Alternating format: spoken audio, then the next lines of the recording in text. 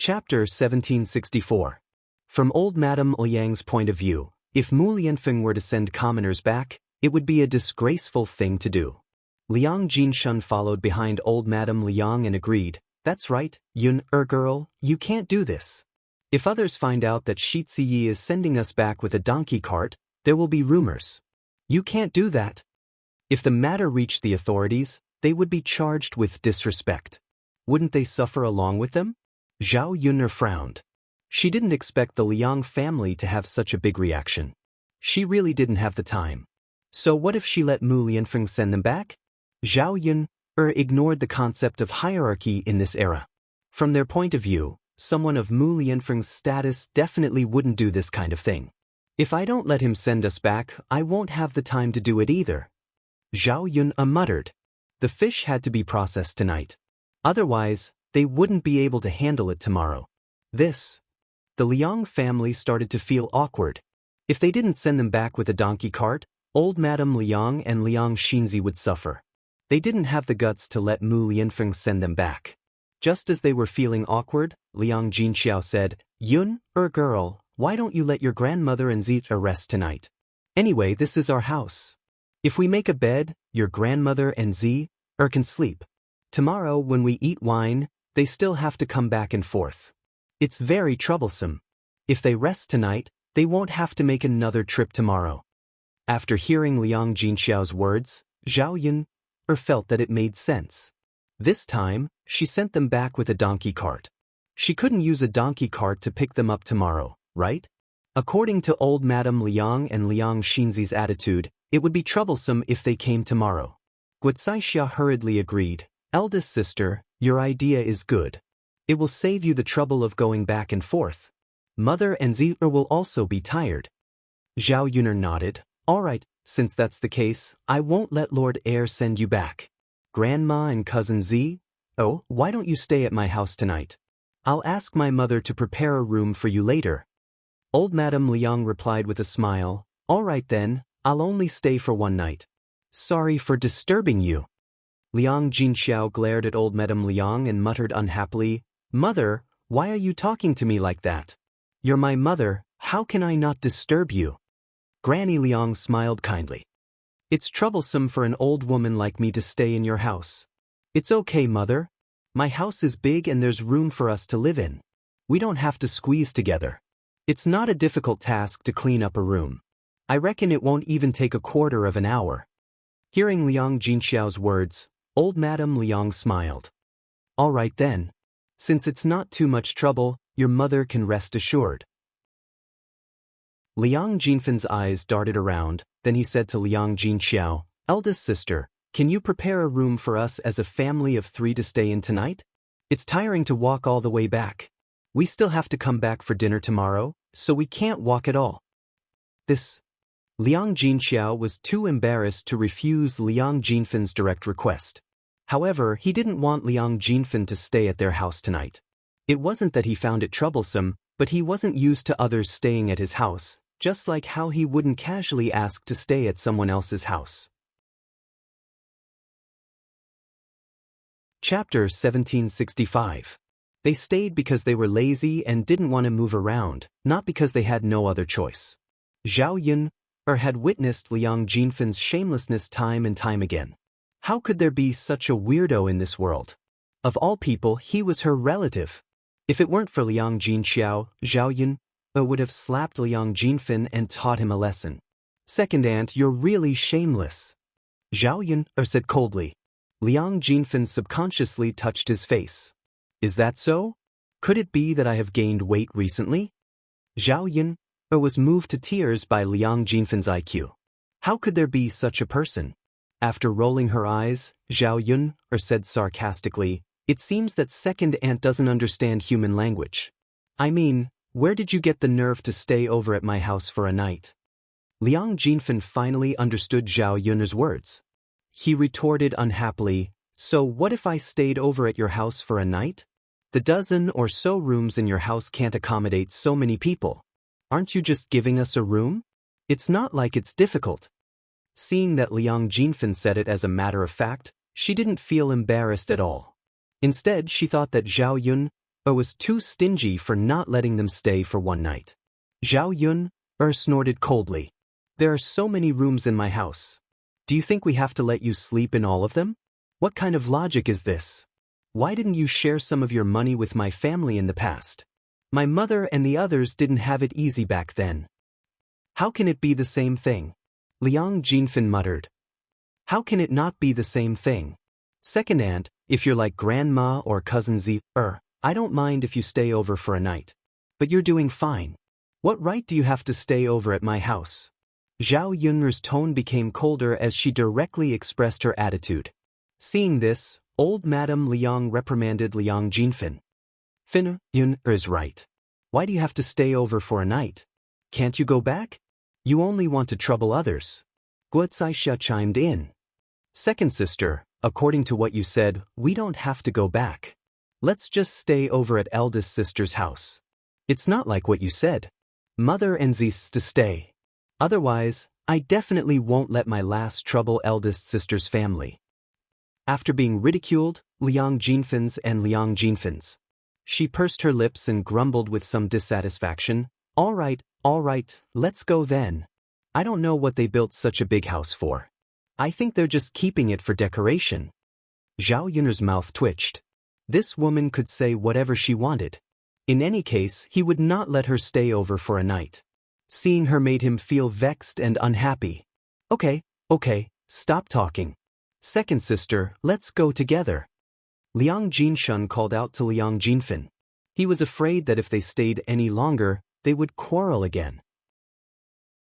Liang Jinfin was a little unconvinced as she left with her family. Zhao Yun's eyebrows twitched as she watched them leave. She felt a sense of relief. He had finally gotten rid of this weirdo. Old Madame Liang sighed. She held Zhao Yun's hand and nagged, Yun, don't be calculative with your second aunt. She's a muddle-headed person who likes to spout nonsense. Zhao Yun nodded in response. I know, Grandma. Chapter 1766. I'll have to trouble you guys tonight. Old Madame Liang smiled amiably and patted Zhao Yun's hand. Seeing the smile on old Madame Liang's face, Zhao Yun suddenly thought of her own biological grandparents. They also smiled at her like this. Among these weirdos, old Madame Liang was considered a very good existence. At least she treated her junior quite well. She behaved like a grandmother should. Unlike Hu Chunhua, who was a weirdo even though she was a grandmother. Grandmother, you and cousins should go inside and rest. My mother and I will prepare to cook later. Old Madame Liang laughed and replied, all right then. You guys get busy. And I will go inside and sit. We won't trouble you. But Zhao Yun and Liang Jinxiao continued to work. The vegetarian dishes were prepared, and Zhao Yun also prepared some meat dishes. In order to prevent the fish from spoiling, Zhao Yun specially made some ice cubes and stored the fish in a simple refrigerator she made. For dinner, Zhao Yun casually made some food. Many of the dishes from lunch were left over, so they could be eaten after heating them up. They could wait until tomorrow to eat a banquet, and they could eat something better. After dinner, the family tidied up and prepared to rest. Liang Jinxiao made a bed for old Madame Liang and Liang Xinzi. On such a hot day, there was no need to cover them with too many blankets. After a busy day, Zhao Yun and Liang Jinxiao were already tired and covered in sweat. On such a hot day, and with so much sweat, they had to take a good bath. Before Zhao Yun prepared to take a bath, Liang Jinxiao approached Zhao Yun and said to Zhao Yun, Zier said that she sweated a lot today and wanted to take a bath. However, she didn't bring any clothes to change into, so she asked if you could lend her a set of clothes that you don't need so that she can have clean clothes to wear after taking a bath. Zhao Yun nodded and said, yes, I will go and find her a set. If he didn't take a shower in this kind of weather, his clothes would probably rot tomorrow. It was indeed uncomfortable. Zhao Yun went to her room and looked in the wardrobe. Because he was working and these 2 days he was wearing the coarse clothes from before. It was too wasteful to wear the new clothes that were made later. If one was not careful, the clothes would be stained with the juice that could not be washed off. It would be a pity if the juice was scraped. Tomorrow, he had to continue working and cook the banquet in the kitchen. If the oil in the pot spilled out, it would be very difficult to clean it. Therefore, he had to keep the coarse clothes for himself to change into, so he could only lend the new clothes that he made to Liang Xinxi. Liang Xinzi didn't need to do any work, so there shouldn't be any stains on her clothes. With this thought, Zhao Yuner took out a light blue silk dress. This dress was bought with one tael of silver. It was a ready-made dress.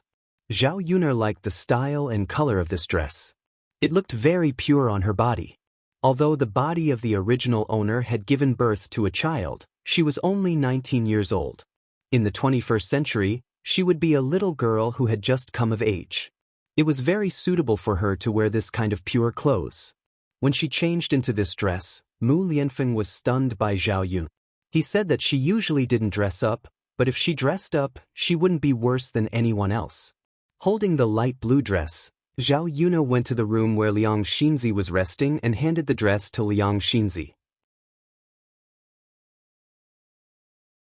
Chapter 1767. Liang Xinzi glanced at the clothes that Zhao Yuner had brought over and was slightly stunned. She asked Zhao Yuner in surprise, "Cousin, are you really going to lend me these clothes?" Zhao Yuner nodded and replied, "Yes, what's wrong? Don't tell me you don't want to? You don't like these clothes?" Liang Xinzi hurriedly waved her hand and swallowed her saliva. No, it's not that I don't want to.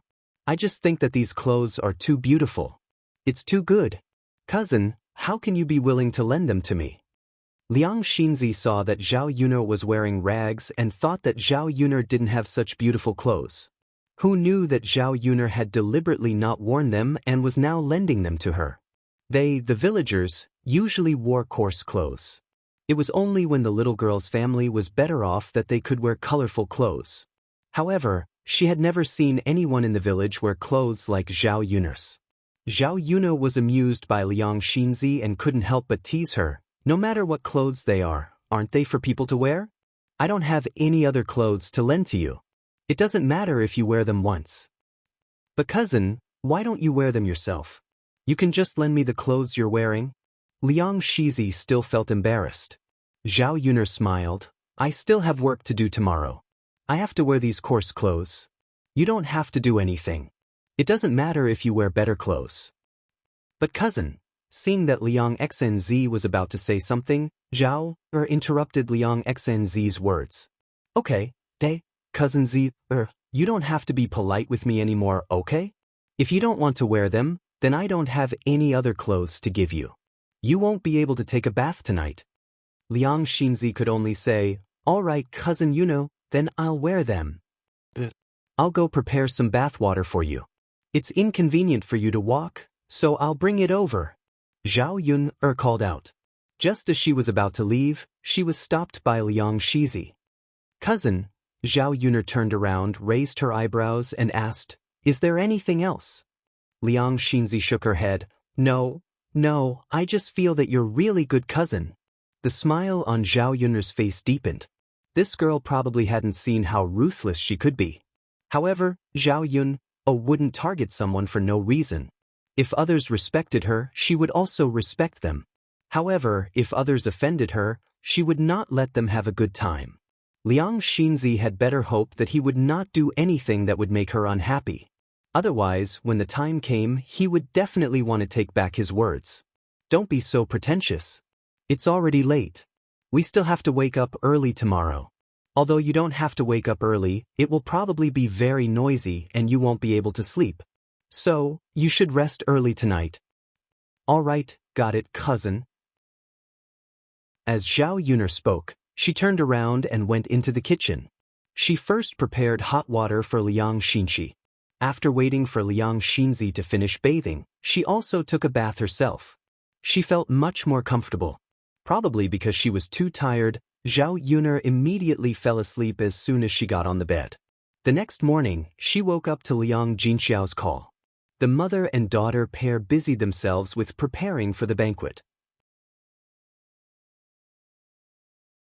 Chapter 1768. He had been preparing since early in the morning. By the time it was 8 or 9 o'clock in the morning, there were already guests arriving at his house. Almost everyone in the village had come for this banquet, so there were a lot of people and a lot of banquets. It was even grander than Zhao Ping-er's wedding. Mu Lan and Mu Hin were good workers, and Qian Zhuzhui was even more so. Li Chuang hadn't done much work before, but this time, she could help out a little. She was washing the dishes. Feng Zhangxia originally didn't plan to come, but Shen Pan reminded her. "Mother, why are you sitting in the courtyard instead of helping Yun'er's family with the banquet?" Shen Pan walked into the courtyard and asked. Feng Zhangxia carried Zhao Yangyang in her arms and replied to Shen Pan, "What's there to help with? Mother is taking care of Yangyang at home." "Mother, if you don't help, who will help with the banquet when second brother holds his wedding? If we hire a chef, we'll have to spend money. If Yun can cook, won't we save money on hiring a chef?" After hearing Shen Pan's words, Feng Zhangxia thought for a moment and felt that Shen Pan's words made sense. "Pan, you're right. Mother will go and help now. Take Yang Yang with you." Shen Pan nodded and said, "Got it, Mother." After the banquet, Mother will ask your third aunt for some food and bring it back for you guys. "Okay, Mother," Feng Zhangxia said and ran over to Zhao Yun'er's house. It was already 8 or 9 o'clock. Zhao Yun'er's house had probably finished a lot of work, so she shouldn't have to do too much work if she went over to help now. After arriving at Zhao Yun'er's house, Feng Zhangxia saw Zhao Yun and said with a fake smile, "Yun, I'm also here to help you. What work do you need me to do? I had something to do at home in the morning, so I only found time to come over now." Zhao Yun glanced at Feng Zhangxia indifferently. How could she believe Feng Zhangxia's nonsense? It was obvious that Feng Zhangxia had no sincerity in helping. Now that she had thought it through, she came over. "Auntie, my family has a lot of people. You can rest, you don't need to help." Feng Zhangxia, however, had a serious expression on her face as she said, "How can that be? Holding a banquet is a big matter. Wouldn't it be faster if we had more people?" Zhao Yun'er replied faintly, "Why do we need to do it so quickly? It's not like we're in a hurry." Hearing Zhao Yun'er's words, Feng Zhangxia felt a little resentful. "Yun'er, eldest aunt is here to help you. Why are you talking like that?" Hearing the disappointment and complaint in Feng Zhangxia's voice, Zhao Yun'er smiled and asked sarcastically, "Auntie, isn't it a good thing that you're not allowed to work? Could it be that eldest aunt likes to work? Isn't this a big matter for your family? There's strength in numbers. We're still a family, so naturally, we want to help. When your second cousin gets married, you and your mother will definitely go over to help, right?" Feng Zhangxia's hint was obvious. A look of understanding flashed across Zhao Yun'er's eyes. She was wondering why her eldest aunt was so kind as to come over to help. It turned out that she wanted her and her mother to help Zhao Tianhu's marriage.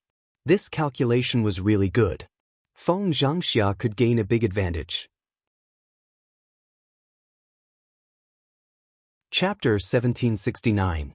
Waiting for Zhao Tianhu to get married was such a big event. If their family didn't reach out to help, it would be unreasonable. Since Feng Zhangxia came to help with this idea, and she would definitely help in the future, if she didn't let Feng Zhangxia help now, wouldn't it be letting her off easy? So Zhao Yun'er called Feng Zhangxia. "Eldest aunt is right. Why don't eldest aunt help wash the dishes?" Feng Zhangxia giggled and responded by letting her wash the dishes. After that, Feng Qingxia spoke to Zhao Yun'er in a negotiating tone. "Yun'er girl, washing dishes hurts my hands. Eldest aunt's hands have been dry and cracked recently, so I can't do this kind of work. How about I help you cut vegetables and do something else?" Hearing the calculation in Feng Zhangxia's tone, Zhao Yun'er unhappily replied, "Then why don't eldest aunt not help?" Feng Zhangxia's heart tightened. She was afraid that Zhao Yun'er would turn around and not help her family. She smiled embarrassedly, that's fine, I'll go wash the dishes, AI." Zhao Yun'er withdrew the coldness in her eyes and turned to enter the kitchen. The most painful thing about holding a banquet on a hot day was that after working in the kitchen for a while, one would be drenched in sweat and feel uncomfortable all over. Their clothes would stick to their bodies, causing them to feel itchy from time to time. No matter how uncomfortable her body was, Zhao Yun'er still had to endure through this banquet. When she returned home to hold another banquet, she would have to invite a chef back. At worst, she would have to spend some money, but she would be much more relaxed. Now that the emperor had rewarded her with a lot of treasures, under normal circumstances, she wouldn't be able to spend them all. Since that was the case, it was better to enjoy more. After all, money couldn't be brought with you when you were born, and neither could you take it with you when you die. There was no meaning in saving it in her hands. At around 10 o'clock, many guests had already arrived. Everyone in the village gathered together and chatted with each other. Many people scurried around Zhao Yun'er's house and looked at the imposing house of Zhao Yun'er's family. The people from the Liang clan also came over, but none of them had the intention to help. Zhao Yun'er did not count on these people at all. Each and every one of them was too lazy to die. How could she think of how these people could help her? Mother, how was your rest at eldest sister's place last night? Liang Jinshun went up to old Madame Liang and asked with concern. Old Madame Liang smiled. It's very good. This brick house is much more comfortable than our thatched house. At night, Yun-er helped to smoke something. Even the mosquitoes are gone. I slept directly until dawn. It's not like at home, where I have to be woken up in the middle of the night. After hearing old Madame Liang's words, Liang Jinshun pursed his lips and said, Mother, that's for sure. How can our thatched house compare to eldest sister's brick house? Wu Zhenju said with a jealous tone, Mother, since you say that eldest sister's house is so good, why don't you stay at eldest sister's house in the future? It's much more comfortable than our house, and you won't have to go back home and torment yourself. Liang Jinhui glared at Wu Zhenju. What are you saying, woman? Eldest brother and I are both here. Mother, how can it be her turn to stay at eldest sister's house? In ancient times, a married daughter was like spilled water. Generally, parents had sons to take care of them in old age. If a son was here, but the daughter had to take care of them in old age, the son would be criticized behind his back in ancient times. Liang Jinshun and Liang Jinhui were both grown men. They usually had a lot of face, so how could they allow others to say that they were not filial? Chapter 1770. Feng Zhangxia also chimed in from behind. Second sister-in-law's words aren't unreasonable. Our mother doesn't sleep well at home. There are a lot of mosquitoes in the summer, so she can't sleep well at night. Mother's body isn't as good as before. If she can stay at eldest sister's house for a while, her body will definitely slowly recover. Old Madame Liang wasn't feeling well these days, so all the work had to be handed over to her two daughters-in-law. From time to time, her daughters-in-law had to take care of her. After Feng Zhangxia and Wu Zhenju took care of her for a period of time, they more or less felt a little annoyed in their hearts. Not to mention other things, old Madame Liang still needed their help to bathe every night. In addition, they had to take care of her feces and urine every day, which was very disgusting. If old Madame Liang lived at Liang Jinxiao's house, these chores would naturally be handed over to Liang Jinxiao. The two sisters-in-law wouldn't have to do these chores. Wu Zhenju muttered, that's right.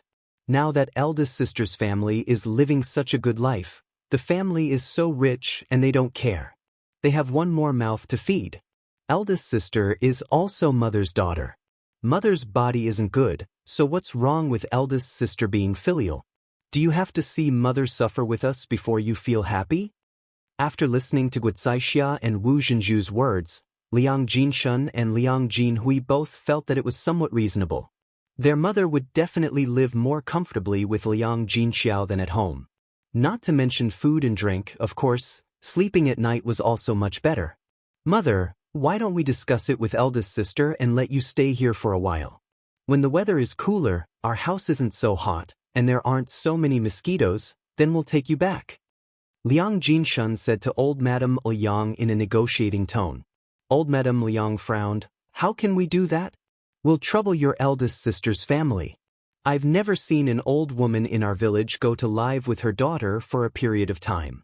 It's fine if it's only 2 or 3 days, but it's not good if it's too long. Guocaixia persuaded, Mother, the situation is different. The people in our village is very poor. They'll feel distressed if they have one more mouth to feed, but eldest sister's family is different. Big sister's family has so much money now, it doesn't matter if you join in. That's right, mother. This also depends on the situation. I see that eldest sister is filial. If we talk to her, she will definitely agree. If she doesn't agree, then forget it. We should at least try to ask, right? What if big sister E is willing to let you stay? Wu Zhenju spared no effort in persuading him. She thought that if old Madame Liang didn't come home, she could save a lot of trouble every day. Old Madame Liang had lived for so many years. The salt she had eaten was more than the grain her two daughters-in-law had eaten. How could she not understand? Old Madame Liang felt a little stifled when she thought about it. She had lived for so long, but now that she was old and uncomfortable, she was despised by her daughter-in-law. After all, a daughter was not like her biological daughter. Her biological daughter would naturally not treat her like this. The more old Madame Liang thought about it, the more upset she felt. If the two daughters-in-law really didn't like her, then she could only trouble her daughter. After a period of time, when the weather was not so hot and her body recovered, she would naturally not have to trouble her two daughters-in-law. At that time, she could go back and avoid being despised. She was just a little embarrassed to trouble her daughter's family. Fortunately, she saw the attitude of Liang Jinxiao's family last night. They were all easy to get along with and did not despise her at all. Old Madame Liang finally relaxed and said, "All right then, I'll discuss it with Xiao later. But if she doesn't agree, I can't be thick-skinned and refuse." Chapter 1771. Old Madame Liang faintly replied, "N." Guocaixia and Wu Zhenju looked at each other. The two sisters-in-law understood what the other was thinking. Old Madame Liang only felt stifled. She didn't know what was the point of raising a son. If he met a bad wife, he would rather have a daughter. In any case, a daughter was considerate and could say anything. How could a daughter-in-law treat you sincerely like a daughter? Old Madame Liang's heart was stifled for a moment. She was too lazy to continue thinking about these messy things. At this time, Liang Xinzi walked in from another room. At first, no one noticed, but when Liang Xinzi called out, they realized that the beautiful figure who had walked in was Liang Xinzi. Guocaixia saw her daughter's appearance after changing her clothes, and her eyes flashed with a trace of amazement. Normally, when she saw Liang Xinzi wearing coarse clothes, she didn't feel that she looked very good. Wearing this light blue silk dress, she felt that her entire person was much fairer. Especially her figure, it was very graceful. Guocaixia pulled Liang Xinzi around in a circle. Your clothes look really good. It's very different from what you usually wear. Sure enough, people rely on clothes, and Buddha relies on gold. If you dress up properly, you can still be considered pretty. Guocaixia now saw that Liang Xinzi and Liang Xinyue were not inferior to Liang Xinyue when they stood together. Instead, she felt that Liang Xinzi looked a bit better. After being praised by Guocaixia, Liang Xinzi shyly lowered her head and muttered to Guocaixia, "Mother, really? Of course it's true. It's really beautiful. Girls should wear this kind of dress. It's a pity that our family doesn't have that much money. Otherwise, we would have made a few for you." Liang Xinzi's smile became even sweeter. Which girl didn't like being praised for their beauty? The more ordinary a person's appearance was, the more they liked being praised. Only then did Liang Xanyu notice what Liang Xanzi was wearing. She was wearing a light blue dress. It looked beautiful and otherworldly. Girls liked it very much. However, Liang Xinyue knew that this kind of dress was very expensive. Country bumpkins like them couldn't afford to wear it. Country bumpkins already had problems eating. It was good enough that they could wear new clothes. How could they care about other things? Many of them were wearing clothes that were patched countless times. Seeing that Liang Xinzi was suddenly dressed so well and looked so much better than her, Liang Xinyue couldn't help but feel jealous. She then mocked Liang Xinzi, "Cousin Zhou, where did you steal these clothes from?" Liang Xinzi's expression immediately darkened, and she snapped back at Liang Xinyue, "What are you saying? Who stole it? If you didn't steal it, then where did you get your clothes? Cousin Yun lent it to lend it to's lends Xinzi's." Liang Xinyue was slightly stunned. How can she have such beautiful clothes? And he was willing to lend it to you? Then why doesn't she wear it herself? Liang Xinzi said coldly, Now that eldest aunt's family is so rich, isn't it normal for cousin Yunair to have these nice clothes? She has to work, so she wears coarse clothes. Otherwise, wouldn't it be a pity to wear this kind of clothes and get dirty?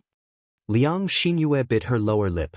Although she understood this reasoning, when she thought of Zhao Yun'er's nice clothes, Liang Xinyue's jealousy grew stronger. Chapter 1772. Liang Xinji was angered by Liang Xinyue. This woman was deliberately finding fault with her and picking on her. Her words were really unpleasant. You're the one who's shameless. You're just jealous that my cousin is good to me and lent me the clothes. Liang Xinji retorted angrily. Liang Xinyue bit her lower lip and said sarcastically to Liang Xinji, no matter how beautiful the clothes are, they'll be ruined on you. You're so ugly, it's useless no matter how you dress up. You're too much. Liang Xinji glared at Liang Xinyue angrily. This woman only knew how to use her appearance to criticize her. Although she wasn't as beautiful as Liang Xinyue, she wasn't considered ugly, right? Now that she was dressed up like this, she felt pretty good. Guicaixia couldn't bear to see her daughter being bullied, so she reprimanded Wu Zhenju, second sister-in-law, look at what kind of daughter you've raised. How could she say such things about my Zi? Wu Zhenju was also protective of his own. My Yuer girl didn't say anything wrong. Zier's appearance isn't as good as my Yuer's. Even so, you can't scold her like this. My girl, even if she's not as good-looking, shouldn't she be dressed in beautiful clothes? How can you say that she's ruined? Wu Zhenju's mouth twitched a few times, and he said lightly, isn't this a child's play? It's no big deal to bicker. Sister-in-law, why are you fussing over this? Guicaixia rolled her eyes. Second sister-in-law, it's easy for you to say. How is this bickering? Yuer girl is clearly... Before Guicaixia could finish, old Madame Liang immediately interrupted. All right, all you know is when you'll stop quarreling. It's one thing to quarrel at home, but this is your sister's house. Aren't you afraid that others will laugh at you if they hear you? Old Madame Liang felt a wave of annoyance in her heart. She was old and liked peace and quiet. Every day at home, she had to listen to her two daughters-in-law quarreling. It was so noisy that her head hurt. Staying at her daughter's house last night was indeed much quieter. If she could stay there for a period of time, she could also take a breather and not have to listen to her two daughters-in-law's quarrel. Guicaixia and Wu Zhenju both shut their mouths angrily. In the kitchen, Zhao Yuner was very busy. At this time, Zhao Wenhua, Zhao Tianhu, and Zhao Tianan himself had already arrived at the village and borrowed the tables and chairs. When it was close to 11 o'clock in the afternoon, almost everyone had arrived. Zhao Yun began to prepare for the banquet. Everyone sat down. There were 8 people in each seat. Excluding the children, there were exactly 2 people on each side. Several men from old Zhao's house came over to drink wine. Before the banquet started, Hua Chunhua went to Zhao Yuner's kitchen and said to Zhao Yuner, when you're cooking later, leave a few good dishes for me. I'll bring them back for your aunt to eat later. Before Zhao Yuner could refuse, Hua Chunhua hurriedly explained, Yuner, don't worry. Your aunt just doesn't like the food I cook and wants to eat yours. We won't take your food for free. We'll pay for it. Here's 1 tael of silver. Take it. It should be enough to buy your food, right? Zhao Yuner glanced at Hua Chunhua. Now she knew how to be tactful and didn't want to take it for free. Okay, I'll leave some good dishes. Zhao Yuner said as she took the silver from Hua Chunhua's hand. Chapter 1773. Hua Chunhua didn't expect that Zhao Yun would really take the tael of silver. She was just saying it and thought that Zhao Yun wouldn't really take it. She had underestimated Zhao Yun. With Zhao Yun's calculative personality, how could she not accept her money? Hua Chunhua felt a little sad as she watched the tael of silver fall into Zhao Yun's hands. Her heart ached terribly. After all, 1 tael of silver could buy a lot of things. A jin of meat was only 15 copper coins. 1 tael of silver could buy dozens of jin of meat. If they ate meat every day, they wouldn't be able to finish it even after a few months. This girl accepted it with a clear conscience. Seeing that Hua Chunhua was still standing in the kitchen, Zhao raised her eyebrows and asked, Grandmother, why haven't you left yet? What are you doing in my kitchen? Hua Chunhua pursed her lips and put away the distressed expression on her face. She said to Zhao Yun, I'll leave now, I'll leave now. After Hua Chunhua left the kitchen, Zhao Yun couldn't help but laugh. Seeing that Zhao Yun suddenly laughed, Liang Jinxiao asked curiously, Yun, what are you laughing at? I'm laughing at grandmother's distressed expression. How can she not be happy to get 1 tael of silver for free? Liang Jinxiao was amused by Zhao Yun. I thought what you were laughing at? So it's this. Mother, here's the money. Zhao Yun said as she stuffed 1 tael of silver into Liang Jinxiao's hands. Liang Jinxiao smiled and helped Zhao Yun keep it. If it was in the past, it would be harder to get 1 tael of silver out of Hua Chunhua's hands than to reach the heavens. Now that Zhao Xinhui was married to young Master Meng, the family was rich, so it was not as rare as before. However, Liang Jinxiao always felt that no matter how rich he was, he should not waste it casually. If something were to happen, it was always good to have more money in hand. When the time came, they would have emergency funds.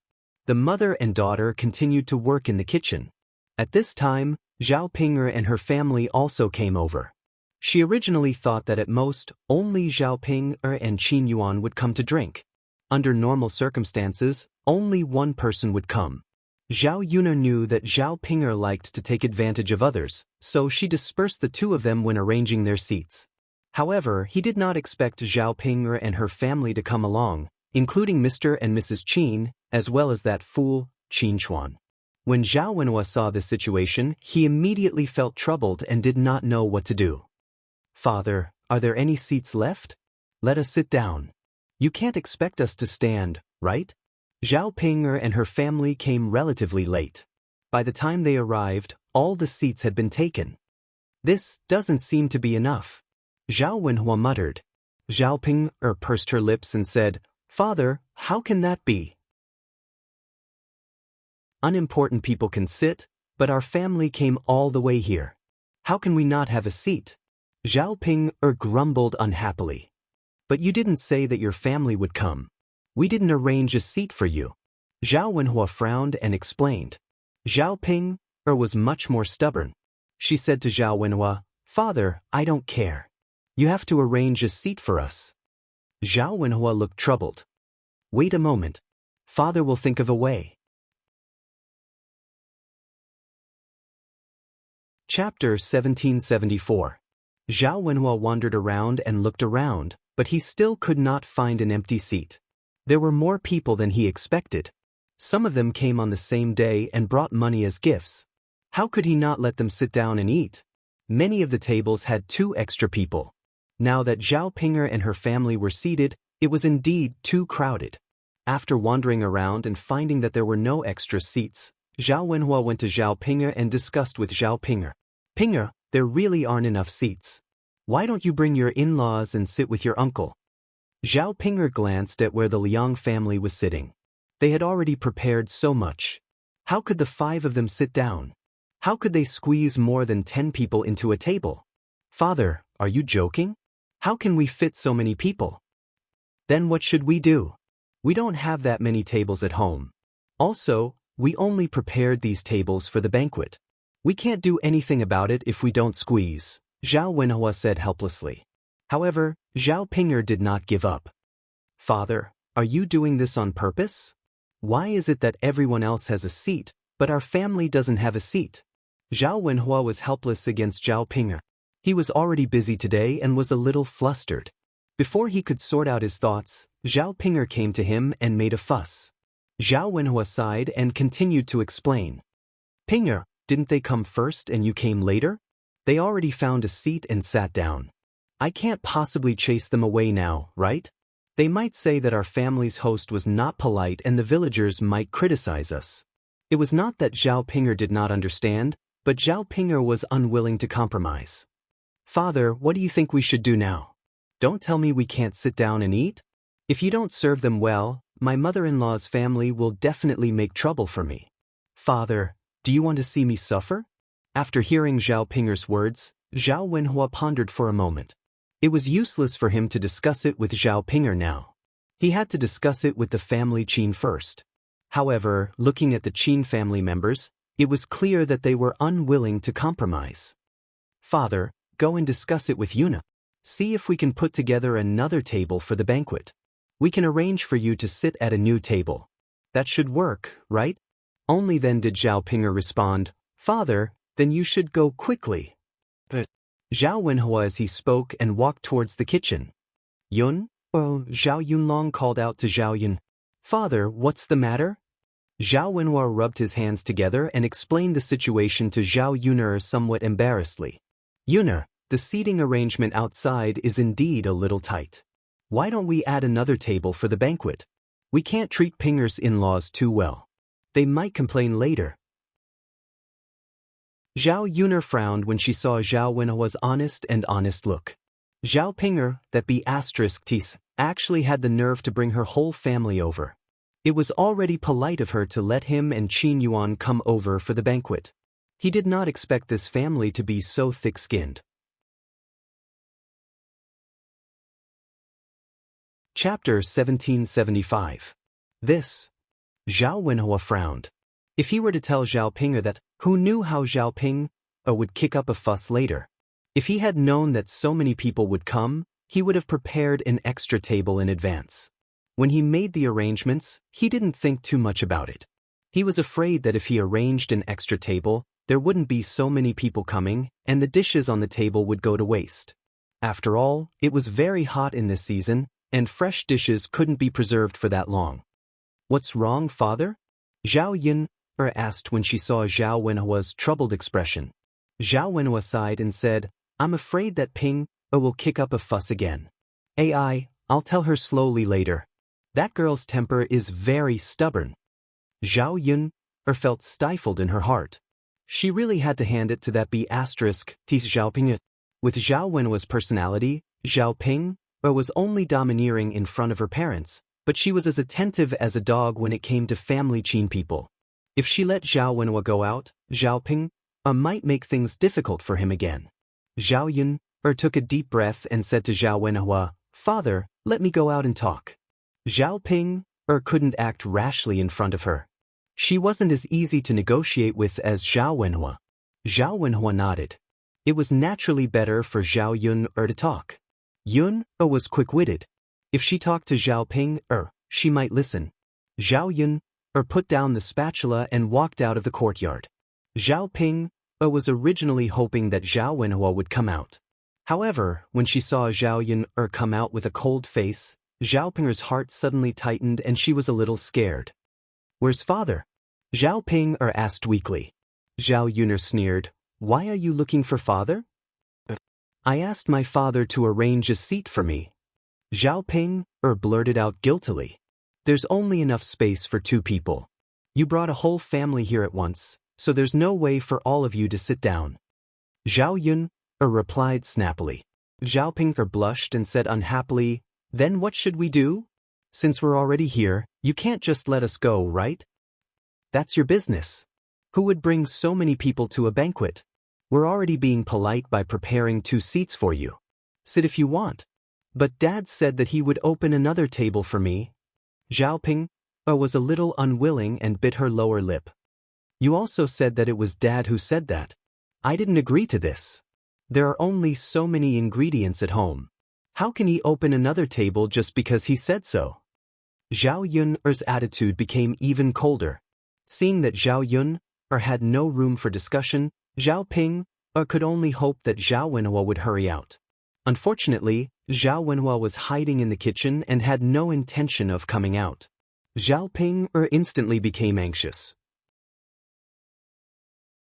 The Qin couple seemed to have realized that something was wrong with Zhao Ping'er's situation and walked over. They said to Zhao Ping'er in a somewhat dissatisfied tone, Ping'er, why can't we sit down yet? The guests are already done. We've been doing this for a long time. Your father and I are both old and our legs aren't nimble. How can we stand for so long? Sigh, my feet are already hurting from all this talking. Hearing Mu Chuanfang's complaints, Zhao Ping'er pursed her lips and said, Mom, you guys can stand and rest for a while. You'll be able to sit down in a while. I'm discussing with little sister Yun. Mu Chunfang glanced at Zhao Yun and muttered, "Girl, where are your parents? Why aren't they entertaining me? We're in-laws. How can they let their in-laws stand?"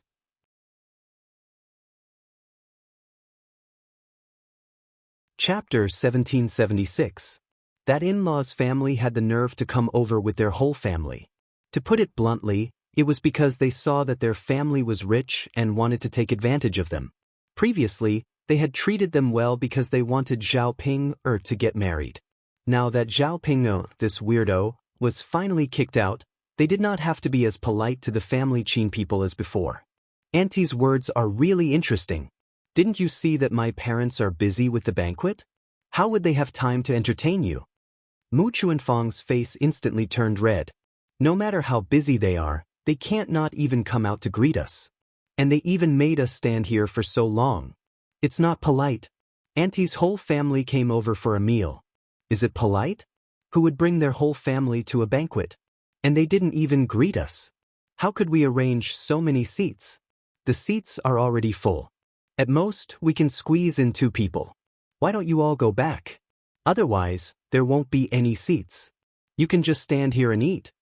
Zhao Yun said bluntly. There was no need to be polite to these weirdos. It was fine to offend the family Qin people. It was better not to have any dealings with these weirdos in the future. They would only be at a disadvantage if they did. How can this be? Even if we're not relatives, we're still in-laws. We came all the way here, so how can we go back now? It's not polite to stand and eat. Mu Chunfang complained, expressing her dissatisfaction. Qin Dahai, who was standing at the side, also spoke up, "Little girl, aren't we at the Qin family's place? That's why we didn't treat you as an outsider and came over with our whole family. Now that you're asking us to leave, does that mean you don't want to see us anymore? Our families won't interact with each other in the future?" Zhao Yun could tell that these people were deliberately making things difficult for them. She chuckled and said, "Yes, there's no need to interact with each other in the first place." Mu Chunfang and Qin Dahai were slightly stunned. "What do you mean? Your parents didn't even say that. How can you say that?" Zhao Ping was also angry. "Zhao Yun, are you trying to sow discord between my parents and me?" Mu Chunfang sneered and said sarcastically, "I don't think she's trying to sow discord. She's just looking down on us poor relatives. Hee, now that our family is rich and has built such a nice house, we don't need to interact with each other." Qin Dahai too. Zhao Yun rolled her eyes. These people really have a lot of ideas. However, it was none of her business what they thought. What right do you have for our family to look down on you? To put it bluntly, my parents don't even want to bother with Zhao Ping. They're already being very polite by letting her come today. If you want to cause trouble, I don't mind serving you with my fists. Zhao Yun said coldly with a hint of impatience and viciousness in her eyes. Someone saw the situation and hurriedly advised the Qin couple, "Hey, don't offend Yun. To put it bluntly, if you make her unhappy, Lord Heir has ways to deal with you. Do you still dare to provoke Lord Heir's people?"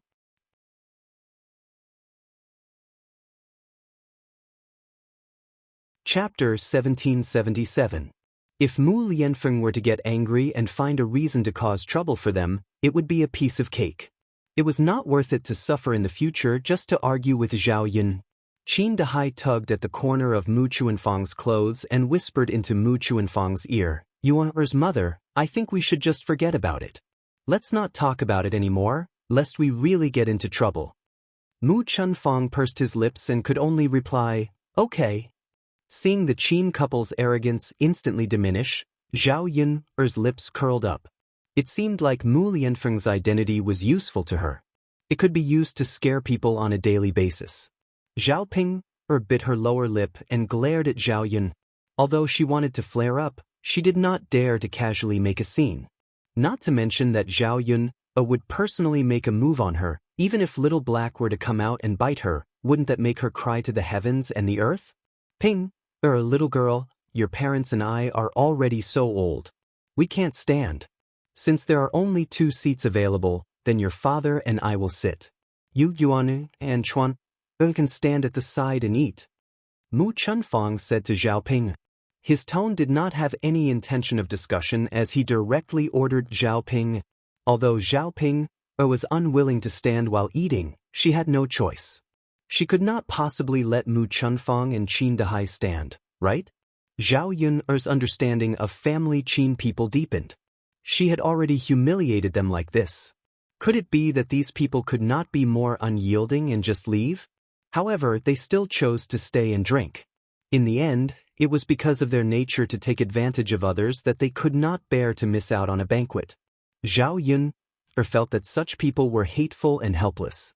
Right now, she did not have the energy to torment these people. As long as they did not cause trouble, everything would be fine. The Qin couple went to the Liang family's table and sat down. The children weren't at the table but the adults. Even girls like Liang Xinyue and Su Lady could only make do with some food.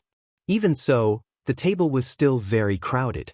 When the people of the Liang family saw the Qin couple coming over, a trace of disdain appeared in their eyes. In their impression, they still thought that the Qin family was poor. Sigh, anyone can sit at the table. Seriously. What can we do? Eldest sister and brother-in-law are both good-tempered people. Their eyes are mine. I won't let this kind of people come over. He's just a beggar. It's really bad luck to have such a relative. The family Qin people's attitude made the Qin couple lose face, but they couldn't make a fuss with these people, so they could only endure it. After all, their family Qin was still very poor compared to other people. If they quarreled now, their family would be kicked out by Zhao Yun's family. In the afternoon, they couldn't even eat lunch. Their stomachs were really hungry. They had to eat a banquet. In any case, they had to eat a good meal. Otherwise, wouldn't they have made a wasted trip? Seeing that almost everyone had arrived, Zhao Yun prepared to serve the banquet. The dishes had already been cut and mixed, so it was very fast. In a short while, the dishes were brought to the table, and the people in the large courtyard began to eat happily. Zhao Yun's culinary skills naturally didn't need to be said.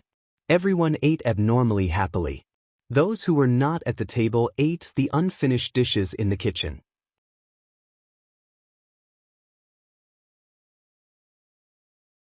Chapter 1778. After busying herself for several hours, the banquet was finally over. After the banquet, the guests left in twos and threes, leaving only a few large tables with bowls and chopsticks.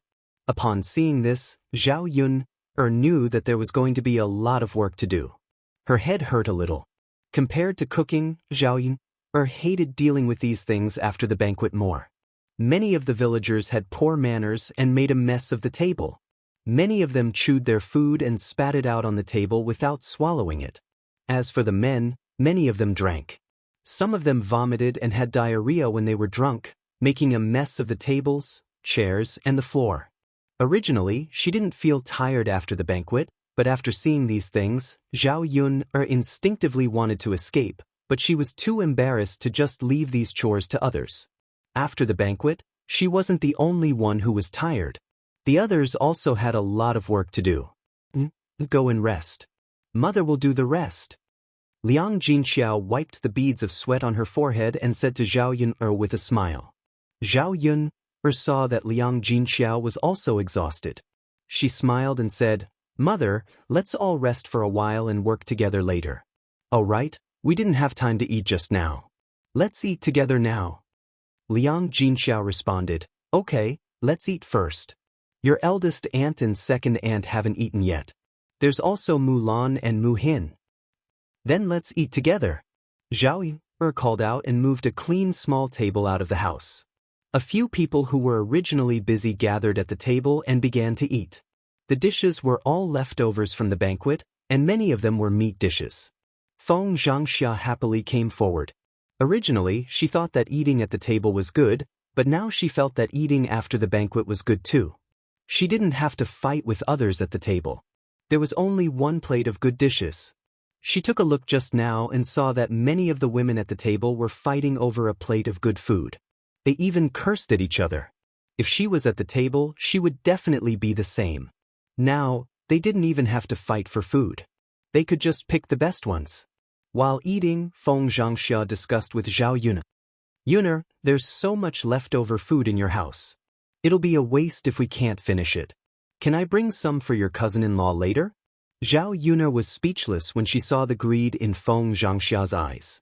The whole family had come over to eat, and they were still thinking of bringing some back. Seeing that Zhao Yuner didn't say anything, Feng Zhangxia explained angrily, Hey, I came here to help you. Pan, or doesn't know how to cook. I'm afraid it's too late to cook now. She must be starving. Okay, sister-in-law, you can bring some to Pan, or later. There are still a lot of good dishes in the kitchen, Liang Jinxiao said to Feng Zhangxia. Feng Zhangxia responded happily, as if she had picked up a big bargain. Zhao Yuner didn't say anything. She was so tired that she didn't even have the energy to argue. Li Chuing, on the other hand, was much more low-key. He buried himself in eating and didn't say anything about bringing some for the children at home. If it was before, with Li Chuing's temper, he would definitely find her and ask her to bring some back.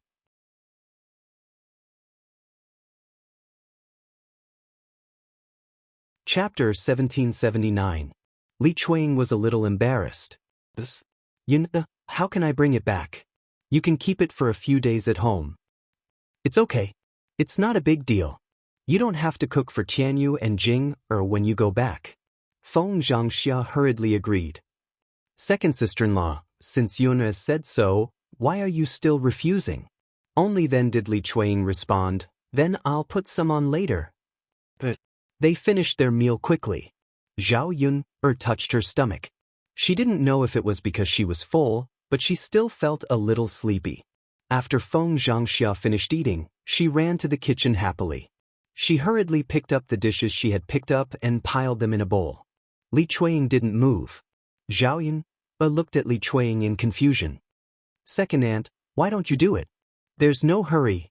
Let eldest sister-in-law finish picking first. You can just pack whatever you like. Later, I'll ask eldest sister-in-law to bring it back for me, Li Chuing said with a smile. Zhao Yun was even more confused. Second aunt, aren't you going back? The table at home hasn't been cleaned yet. How can you and mother be busy? That's why I'll stay and help you out. Hearing Li Chuing's words, Zhao Yun was slightly touched. So many people didn't want to help. It was not easy for Li Chuing to think of this. It's okay, second aunt. You've been busy the whole day. It's not right to make you busy again. Zhao Yun declined. How can you be so polite with me? It's okay. I have nothing to do at home anyway. I've eaten and brought food to your house. If I don't help you out, I'll feel bad, Li Chuing insisted. Zhao Yun saw Li Chuing's sincere face. She didn't mean to help. If she refused, it would seem that she made the relationship between them too estranged. Zhao Yun thought for a moment and agreed. Okay, then I'll have to trouble you again later, Li Chuing said with a smile. You silly girl, why are you so polite? I'm not helping you for nothing this time. I'm eating and taking food. I'll feel bad if I don't do anything. Li Chuing's words were honest. Normal people would feel the same way. If it was Zhao Yun, she would also try her best to help others do more work. However, when Feng Zhangxia heard Li Chuing's words, she felt that she was embarrassed. Didn't she eat and take food too? Moreover, she was counting on Zhao Yun to help her family hold banquets in the future. If she stayed and continued to help Zhao Yun, she should be better than Li Chuing. But when she glanced at the leftover bowls and chopsticks on the table, Feng Zhangxia immediately deflated. Cleaning up these things was more tiring than the work she had done earlier. The table was covered in greasy and dirty things. They might even stain her clothes. She really didn't want to do this work anymore. Feng Zhangxia smiled embarrassedly and said to Zhao Yun, hypocritically, Hey, if I have time, I'd like to continue helping you out and finish the rest of the work. But I'm in a hurry to go back and bring food to area. My eldest grandson can't live without me. I'm afraid it'll be difficult to take care of him alone. I have to go back and help Pan, take a breather.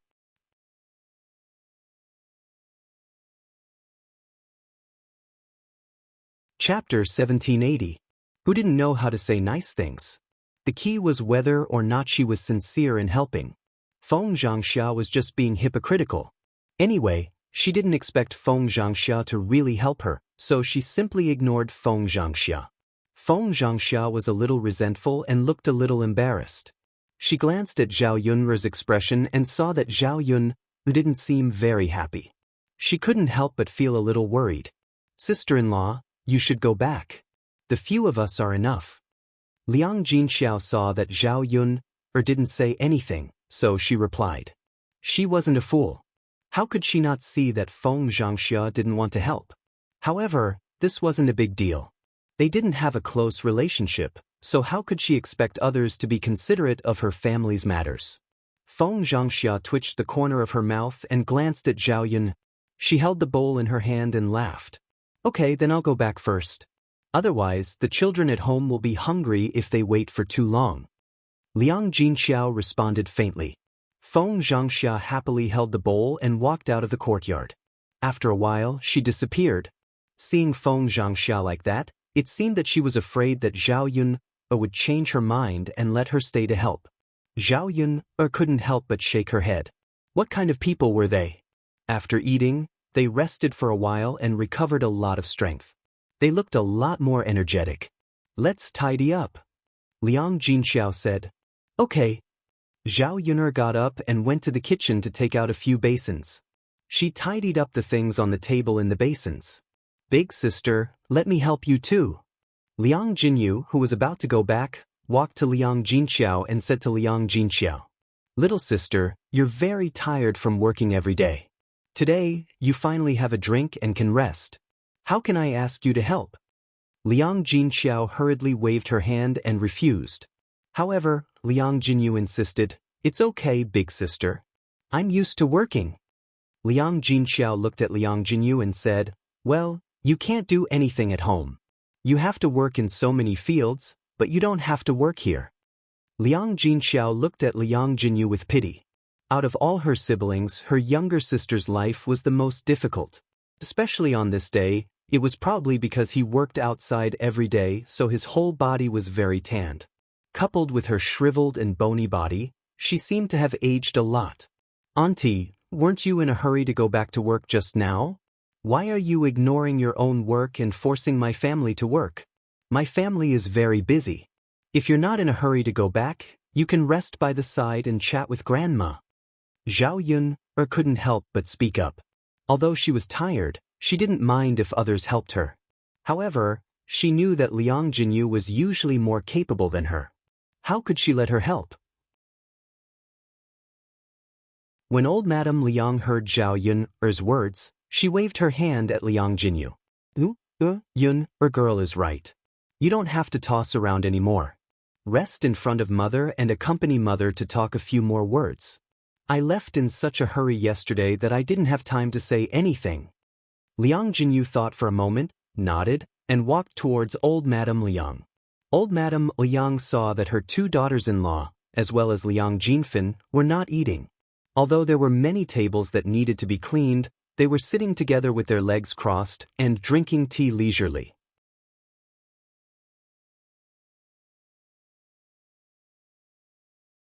Chapter 1781. That's right. You should eat some vegetables occasionally. It's not good for your intestines to eat too much greasy food. However, Yun's cooking is really good. It's really delicious. Eldest younger sister is really blessed. Blue sky, she can eat Yun's cooking every day. This kind of blessing isn't something that everyone can enjoy. There aren't many people like eldest younger sister's family. Not to mention anything else, just how many people can meet a man like Shi Ziyi? It's simply like smoke rising from our ancestors' graves. Didn't eldest younger sister's family say that after they built a grave for their ancestors, their family's luck gradually improved? It's only because of the old ancestors' blessing. So it's like that. I knew it. How could there be such good luck? Why didn't this good thing fall on other people's heads? It just had to fall on eldest younger sister's head. So it's because of the old ancestors' blessing. That makes sense. As the few of them discussed, they turned to old Madame Liang and started discussing with her. "Mother, since eldest younger sister's family built a grave and their luck improved a lot, should our family also build a grave? Father's grave has been there for many years, and we haven't renovated it. Liang Jinhui said. Wu Zhenju followed behind and said, even I think that Yu's father's words make sense. If father can bless us, perhaps our Yu can be like Yun and find Shiziyi. He's such a rich man with status. After Wu Zhenju finished speaking, he began to look forward to it.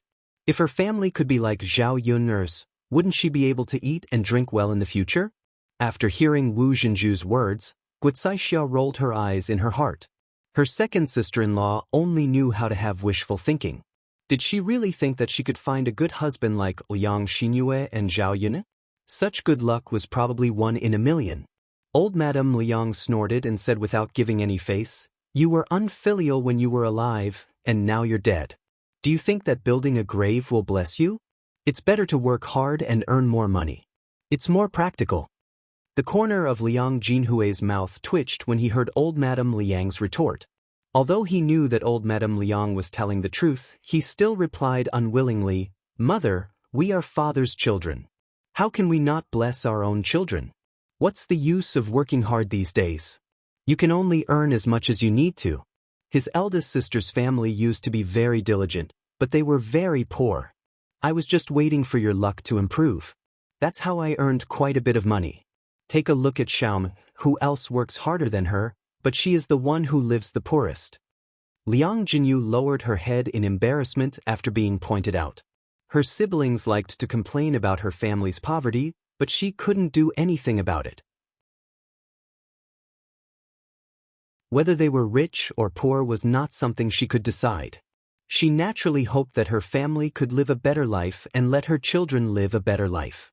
Seeing the disappointment in Liang Jinyu's eyes, old Madame Liang said to Liang Jinhui in annoyance, all right.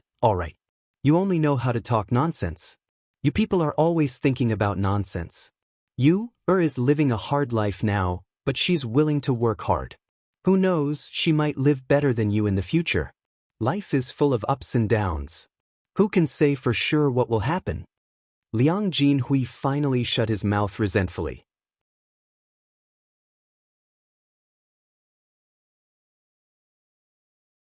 Chapter 1782. Liang Jinshun stood up lazily. As he stretched, he mumbled, I'm too full. It's uncomfortable to sit. It's better to get up and walk around.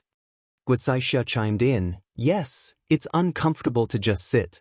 It's better to get up and walk around. Liang Jinfen also chimed in, no, I'm too full. It's hard for me to digest all of this. It's been a long time since I've eaten so much. When old Madame Liang saw their expressions, she became angry. They couldn't even do their work properly. When they were eating, they fought so hard for the dishes on the plates. Now that they were full, they were pretending to be obedient.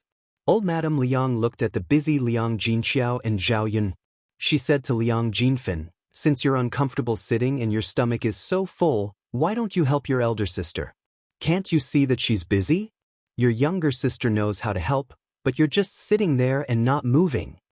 Old Madame Liang's words were not only for Liang Jinfen, but also for her 2 daughters-in-law. She couldn't say it directly to her 2 daughters-in-law, so she pointed at Liang Jinfen and hinted for her 2 daughters-in-law to help out. Liang Jinfen was instantly displeased. He pursed his lips and muttered, Mother, I'm here to eat, so I'm a guest. Which host would ask their guest to help out? Old Madame Liang said angrily, you really think of yourself as a guest. Even if you're a guest, she's still your elder sister. If you can help, you should help. According to what you said, your younger sister is also a guest. How would she know how to help out? To put it bluntly, she's just lazy. Liang Jinfen blushed and complained, Mother, how can you say that? How can I say that? Am I not telling the truth? Mother, old Madame Liang sighed and said to her 2 daughters-in-law, as relatives, we should help each other. Look at how busy your elder sister is. Why are all of you just sitting there? Only then did the 2 daughters-in-law realize that old Madame Liang was hinting for them to help Zhao Yun's family. Guicaixia smiled awkwardly and explained, Mom, it's because we ate too much for lunch. Our stomachs are so bloated that it's inconvenient for us to walk around, but we can't do our work properly. If I go to help eldest sister's family now, I might not be able to help, but instead make things even messier."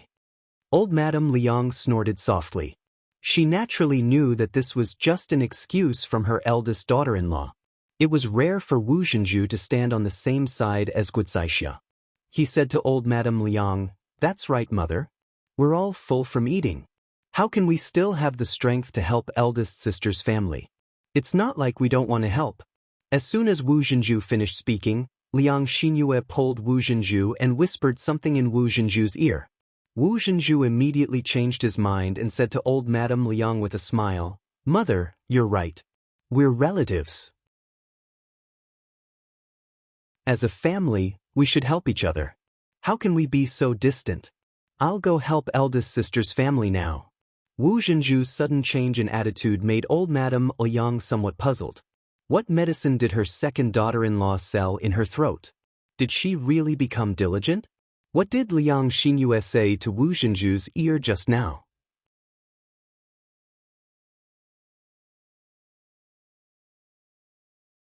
Chapter 1783. When Wu Zhenju saw old Madame Liang and Guizaixa's reactions, he twitched the corners of his mouth and felt a little guilty. He was afraid that old Madame Liang and Guizaixia would see through him, so he quickly turned around and ran in the direction of Liang Jinqiao.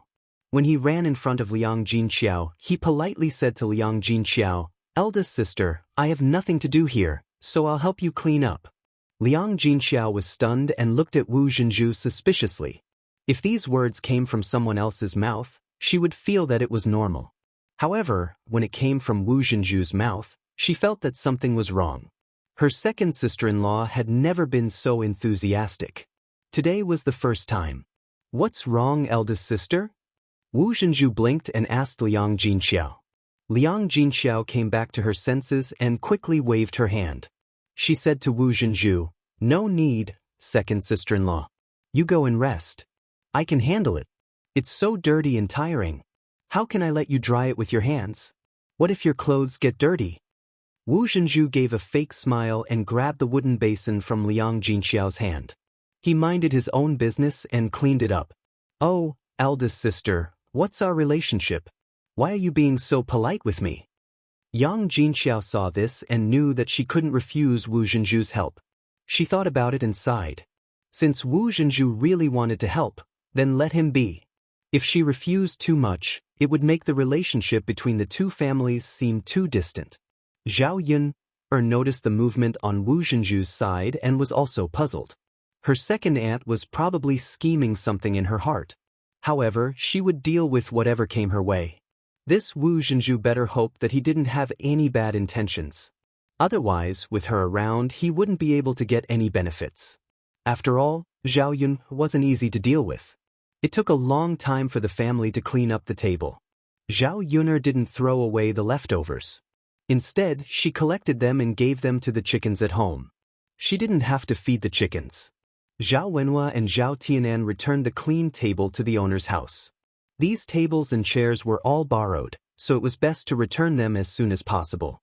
The bowls and chopsticks had to be cleaned up, but the water in the water tank at home had been used up. Mu Lianfeng took 2 buckets and went to the river to fetch more water. Liang Xinyue looked in the direction where Mu Lianfeng left and followed him eagerly. She didn't have a chance to be alone with the heir apparent. This time, she had to make good use of it. Wu Zhenju was so tired that he was panting. He was already full and tired from working. Now, he had to clean up so many bowls and chopsticks at once. He had to wipe the table with all his might. It was a physical task. Wu Zhenju walked in front of Liang Jinqiao fawningly. He wiped the sweat on his forehead and massaged his waist. He smiled and said, "I'm finally done." Liang Jinqiao thanked him. "Second sister-in-law, thank you for your hard work." Wu Zhenju hurriedly waved his hand and said, "Aya, it's not hard, it's not hard. There's no need to be so polite between us." Liang Xinqiao smiled. She wasn't used to Wu Zhenju's sudden attitude towards her. She felt that something was wrong. The bowls and chopsticks were placed in the basin. Some of them had already been washed. The rest would be washed when Mu Lianfeng came back with the water. Li Chuang squatted on the ground and washed the dishes alone. Zhao Yuner sighed. The change in Li Chuing's personality was slowly being accepted and liked.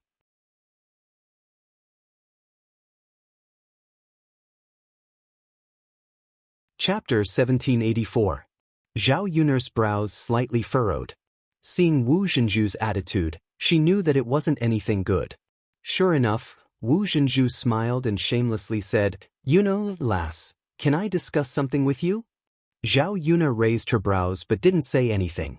Discussing something with her definitely wasn't something good. Zhao Yun'er ignored him, making Wu Zhenju feel very awkward. Zhao Yun'er ignored him, but he could not say anything, so he continued to shamelessly say, "Yun'er, lass, didn't you see His Majesty send you so many things yesterday? I saw that there were dozens of bolts of silk and satin. You definitely won't be able to wear them all by yourself. Why don't you give one to my Yu'er, lass, and let Yu'er make a set of beautiful clothes? You also know that Yu'er is about to have a husband at this age, so she should have a set of good clothes to support her face, right?" Zhao Yun'er finally understood that Wu Zhenju was so diligent in helping out because he had his eyes on her family's silk and satin. However, this Wu Zhenju's words really didn't have the slightest bit of standard, so others who heard it were very displeased. What did he mean by her family's dozens of bolts of silk and satin couldn't be worn all by herself, so that was the reason she had to give them to others? Could it be that she had to be grateful that someone was helping her wear them? What kind of logic was this? The silk and satin bestowed by His Majesty weren't cheap. Zhao Yun'er estimated that a bolt of silk and satin would cost dozens of taels of silver. It was fine to give this kind of good stuff to people close to her, but she felt that it was a waste to give it to the Liang family. After all, these people didn't have a conscience. They wouldn't be grateful even if she gave it to them, and would greedily ask for more the next time. Zhao Yun'er sneered and replied, "Second maternal aunt has a good idea. After all, these silk and satin were bestowed by His Majesty, so how could I dare to casually give it to others? Besides, even if I can't wear all of these silks and satins by myself, I can easily sell them for hundreds of taels of silver." Wu Zhenju's mouth twitched. She knew that Zhao Yun'er's words meant that she was reluctant to give heir to her family. She continued to grumble unwillingly, "Hey Yun'er, I know these silks and satins are precious, but you have so many of them. You're Yu'er's cousin. What's wrong with giving her one bolt?" Zhao Yun'er sneered and said, "According to second maternal aunt, I can't be biased. After giving cousin Yu'er, I have to give cousin Zier and cousin Lidi. Since his cousins had given him gifts, he couldn't give her anything less, right? Who knows how many horses we'll have to send out." When Wu Zhenju heard Zhao Yun'er's words, he was somewhat displeased. If she didn't want to give them, then just don't give them. Why did she have to come up with so many excuses? Isn't it because other people didn't want them, but I took the initiative to ask for them? Wu Zhenju muttered in a low voice. "Second maternal aunt, do you think that if I give them today, they won't come and ask me for them after they find out?" Zhao Yun'er asked in return. Wu Zhenju's face darkened. "Yun'er, do you have to be so stingy as a person? To think that I helped your family clean up the table just now." Zhao Yun'er rolled her eyes. She shouldn't have let Wu Zhenju do the work just now. As expected, he was taking credit for this matter. Zhao Yun'er's eyes turned, and a scheme emerged in her mind. She wanted to see a dog-eat-dog scene.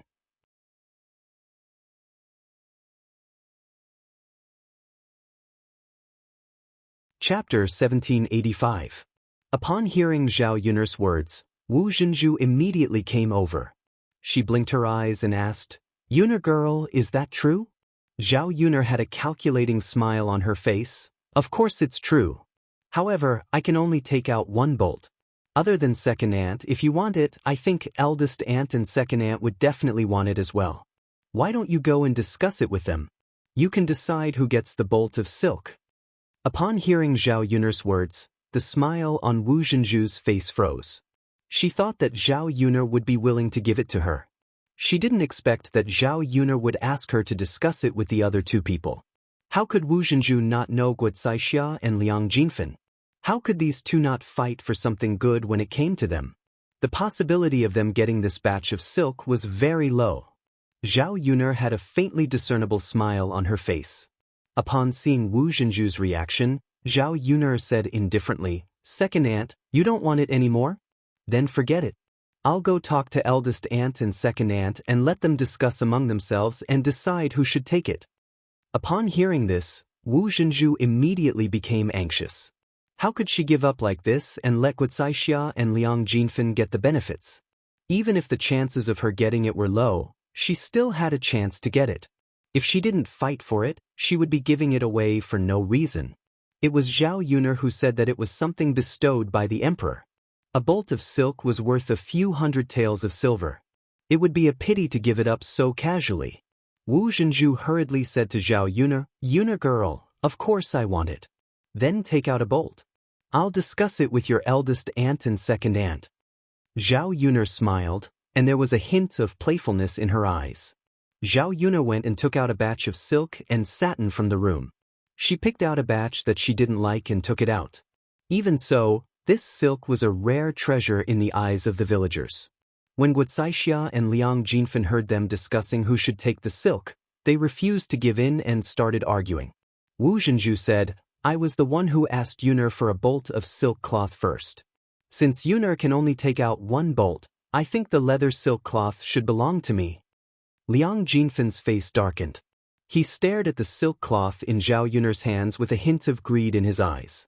He started arguing with Wu Zhenju, "Second sister-in-law, you can't say it like that. No matter who asked Yuner for it first, since Yuner took it out for us to discuss, then we all have a chance.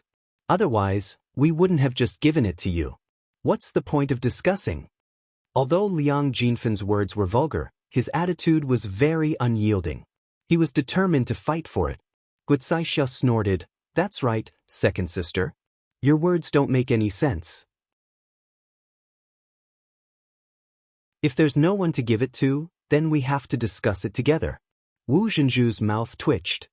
He thought for a while and said, "I think this silk cloth should be given to me.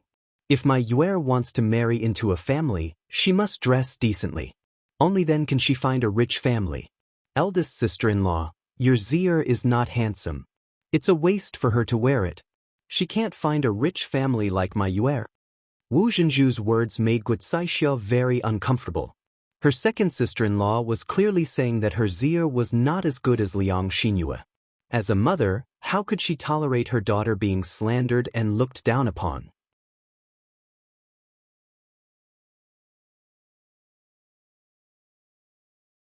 Chapter 1786.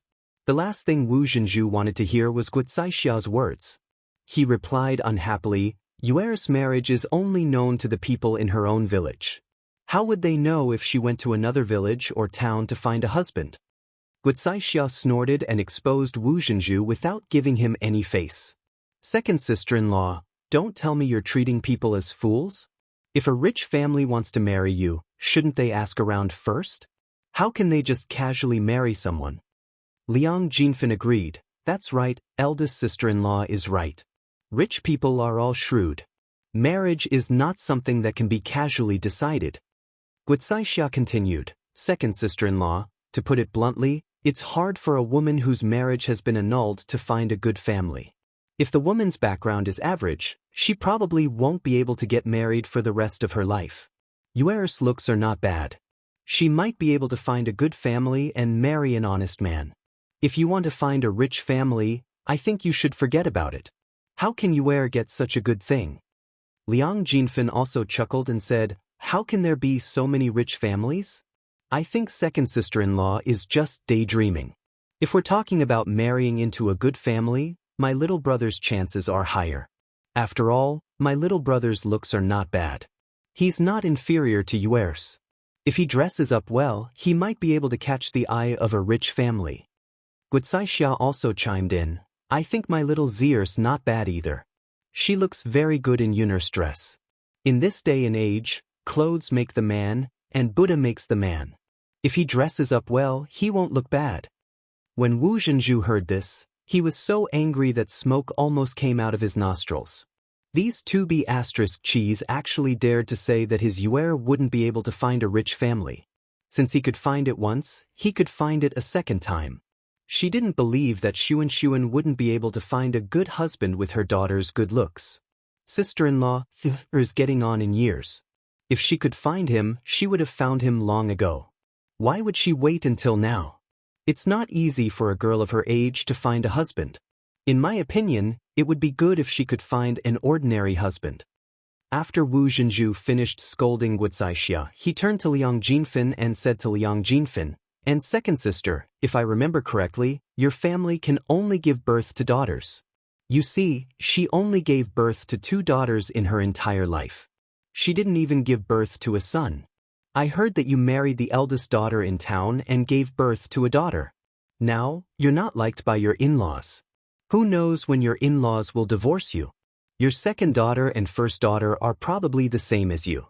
They can only give birth to daughters and not sons. This was called heredity. Tell me, which rich man would be willing to marry a woman who can't even give birth to a son? So second sister, you should stop dreaming. Although my little brother's daughter is beautiful, it's useless if she can't give birth to a son." Being unable to give birth to a son in the countryside was indeed a matter of ridicule and disdain in the world. Liang Jinfin had been mocked and ridiculed by many people in her lifetime because she couldn't give birth to a son.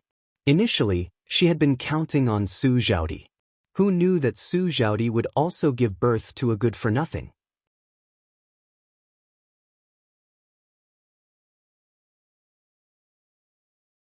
Chapter 1787.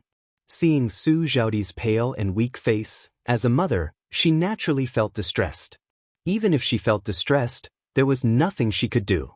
Who told Su Zhaodi to give birth to a money-losing child? If she could give birth to a son, the Huang family's attitude would naturally not be like this.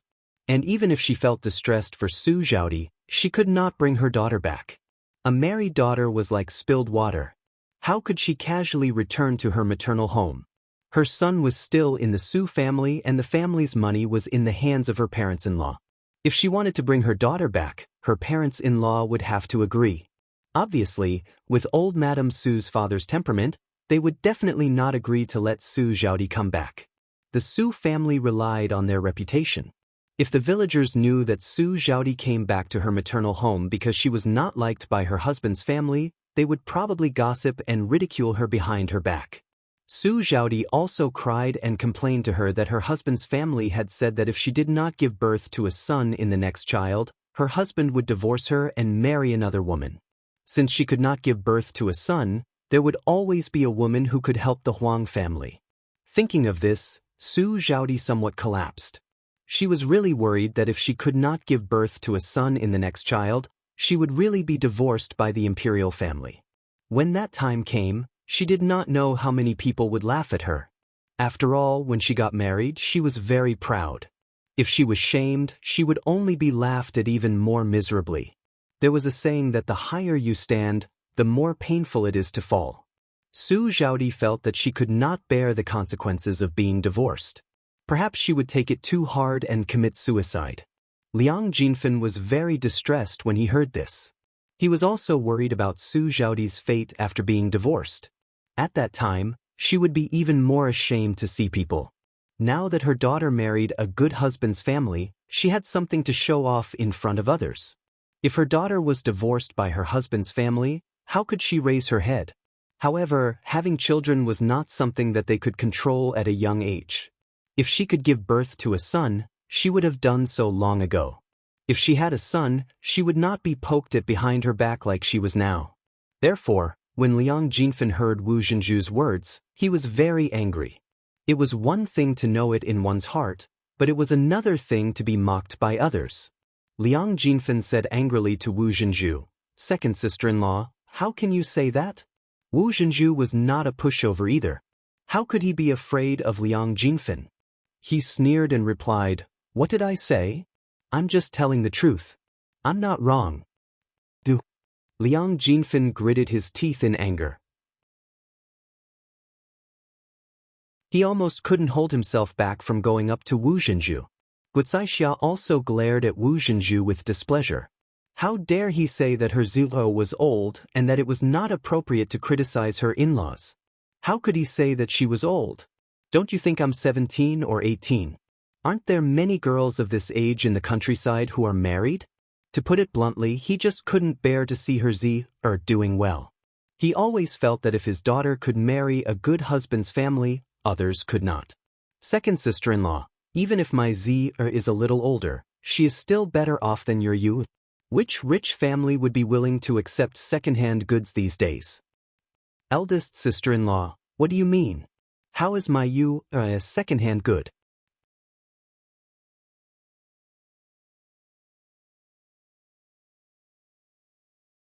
Chapter 1788. Wu Zhenju's face flushed red when he heard Guocaixua's words. How did this wretched woman find out about this? Did she see it with her own eyes? Judging from Guocaixua's expression, he knew that she knew about this. However, Wu Zhenju knew that his daughter and the man had indeed been intimate with each other. However, the man had made the first move and Liang Xinyue could not reject him. She was afraid that if she rejected him, the man would get angry and cancel the engagement. Moreover, the two of them were about to get married. Since the engagement was already set, it was normal for them to be intimate with each other. Who would have known that the engagement would be cancelled? Sister-in-law, what are you talking about? Don't you know that this kind of gossip will have a great impact on our yuer? Wu Zhenju reprimanded Guocaixua unhappily. Guocaixua was not convinced. I'm telling the truth. I'm not talking nonsense. If you have the guts to do it, why don't you tell others? With Zhao Yuner as a witness, she successfully witnessed the scene of the three women fighting over a piece of silk. Each of them was very sharp and sarcastic, saying that the other party's daughter did not have the right to wear the silk in Zhao Yuner's hands. In the end, the three women did not give in and started to fight with each other. After the fight was over, everyone was covered in wounds. Their injuries were not light. Seeing this scene, Zhao Yuner could not help but secretly feel happy. This was really interesting. Through this incident, she also witnessed the selfishness and greed of human nature. If any of the three of them were to let go, one of them would naturally be able to get the silk. However, these three people were all selfish and did not give in, afraid that the other party would benefit. Seeing that the three of them were fighting fiercely, Zhao Yuner's eldest uncle, second uncle, and Liang Jinxiao hurriedly tried to stop the fight.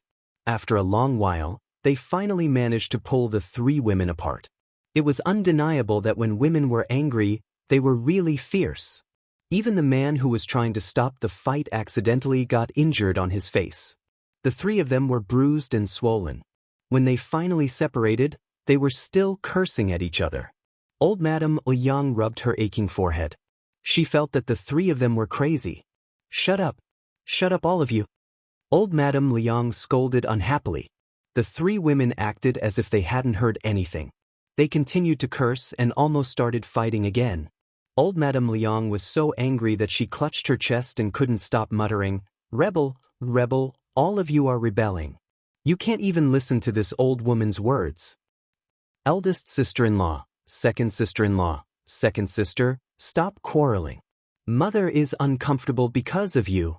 Liang Jinxiao frowned and said hurriedly. Only then did the three of them listen. Their gazes fell on old Madame Liang. Old Madame Liang snorted unhappily and said, "Look at all of you. You're fighting over a piece of silk. If this gets out, people will laugh at us. How can a family fight so fiercely?" Wu Zhenju could not help but complain, "Mother, isn't it because eldest sister-in-law and second sister insisted on fighting with me? If they had just given up the silk to me, how could they have made a fuss?" Liang Jinfin retorted unhappily, "Second sister-in-law, what you said is wrong. Why should eldest sister-in-law and I give up the silk to you? Who do you think you are? Why should we give in to you?"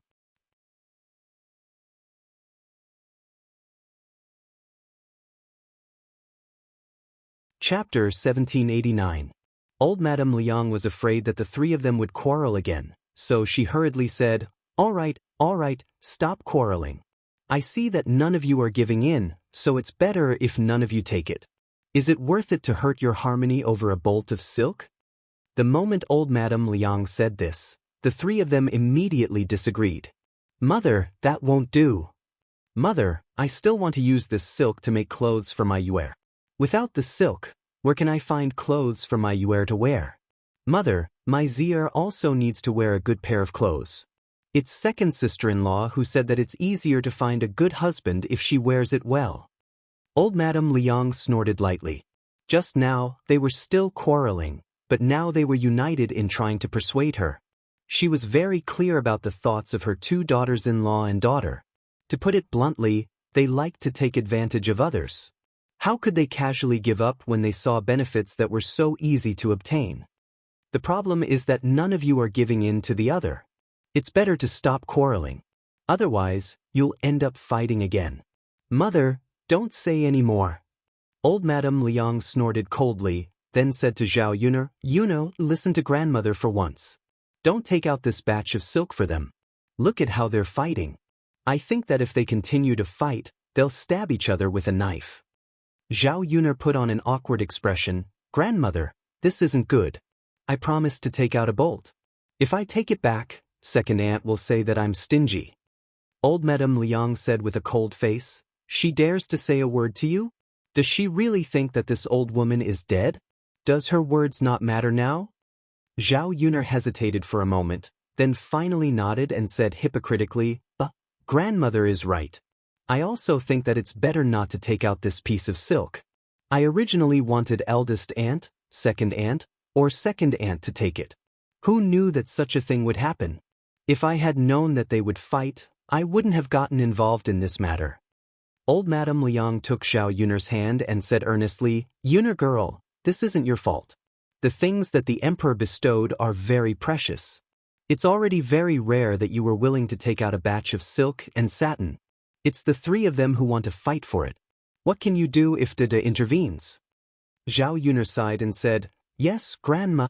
They were all relatives, and it was not worth it to fight over such a small thing. In order not to hurt our relationship, I'll take it back. Old Madame Liang nodded in response. Zhao Yuner hugged the satin and turned around to enter the room. Her eyes flashed with the pleasure of having succeeded in her scheme.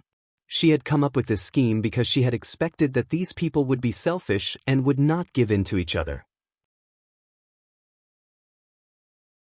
Actually, if these people had a bit of brains, they would have discussed it nicely and decided to sell this batch of silk and satin and divide the money among them. Everyone would get a lot of money on average. However, these people just wanted to swallow everything for themselves.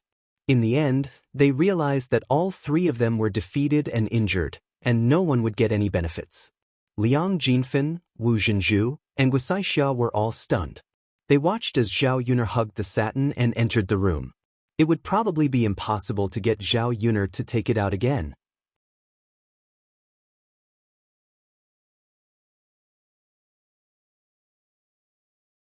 Chapter 1790. Liang Jinfen and Guisai Xia were equally uncomfortable. Who wouldn't want such a valuable item? How could they just give it to someone else? They weren't fools. The three of them complained in their hearts. They didn't like each other at all. Zhao Yun put the items back in the house and came out. She was in a good mood when she saw the three of them. She didn't need to rely on her high IQ to deal with these stupid women. Old Madame Liang looked at the three of them and sighed in her heart. None of them were easy to deal with. They were always causing trouble. She felt annoyed just looking at them. After the three of them rested, they complained about the pain on their bodies. Ouch, my face is all scratched up. What if it leaves a scar? Wu Zhenju touched his face and looked resentfully at Liang Jinfen and Guisai Xia. Guisai Xia quickly replied, Sister-in-law, don't look at me like that. My fingernails aren't that long. How could they scratch your face like that? Guisai Xia's meaning was self-evident. Wu Zhenju's face was scratched by Liang Jinfen. Wu Zhenju's resentful eyes fell on Liang Jinfen. Liang Jinfen pursed his lips unhappily and said, How can you blame me for this? Didn't I get a lot of scars too? As Liang Jinfen spoke, he raised his arm and showed it to Wu Zhenju. The injury on his arm was quite serious. If it wasn't treated properly, it might become inflamed. The three of them looked like they were about to start arguing again. Old Madame Liang glared at them. Haven't you said enough? No matter how serious your injuries are, you deserve it. Who else can you blame for attacking him? The three of them closed their mouths resentfully. They still felt uncomfortable. Wu Zhenju covered his face with his hand. His expression was desolate. He bit his lower lip and looked indignant. Liang Jinhui comforted her. All right. It won't leave a scar. Even if it does, it's fine. You're already so old and you're already married to me. You're not a young lady anymore, and you're afraid that you won't be able to get married. Isn't it fine as long as I don't despise you? When Wu Zhenju heard Liang Jinhui's words, he was a little unhappy. What do you mean by it's fine even if I have a scar at my age? Don't tell me that I won't be able to meet people in the future? Are you the only one who can see it? If I go out, people will definitely laugh at me. I don't want it. Liang Jinhui couldn't understand why a woman valued beauty so much. Even though she was old, she would still care about her appearance. She wouldn't just make do with it casually. Don't be angry. You're right. Let's go back to town and get some ointment. It shouldn't leave a scar. I heard that there's a doctor in town who makes good ointment. Although it's a little expensive, the effect is good. Although Wu Zhenju was reluctant to spend money, he thought about his face. He felt that he had to buy it back no matter what. As long as it didn't leave a scar, everything else was negotiable. After this side returned to silence, Liang Xinyue followed Mu Lianfeng to the riverside. Liang Xinyue looked at Mu Lianfeng's tall back. Her heart was filled with admiration. This high-quality man looked different from the rest. He was extraordinary. Even his back was better looking than the rough men in the mountains. If she could be with such a man, how happy would it be? Mu Lianfeng didn't notice that a woman was following behind him. When they reached the riverside, she heard someone call out to her softly.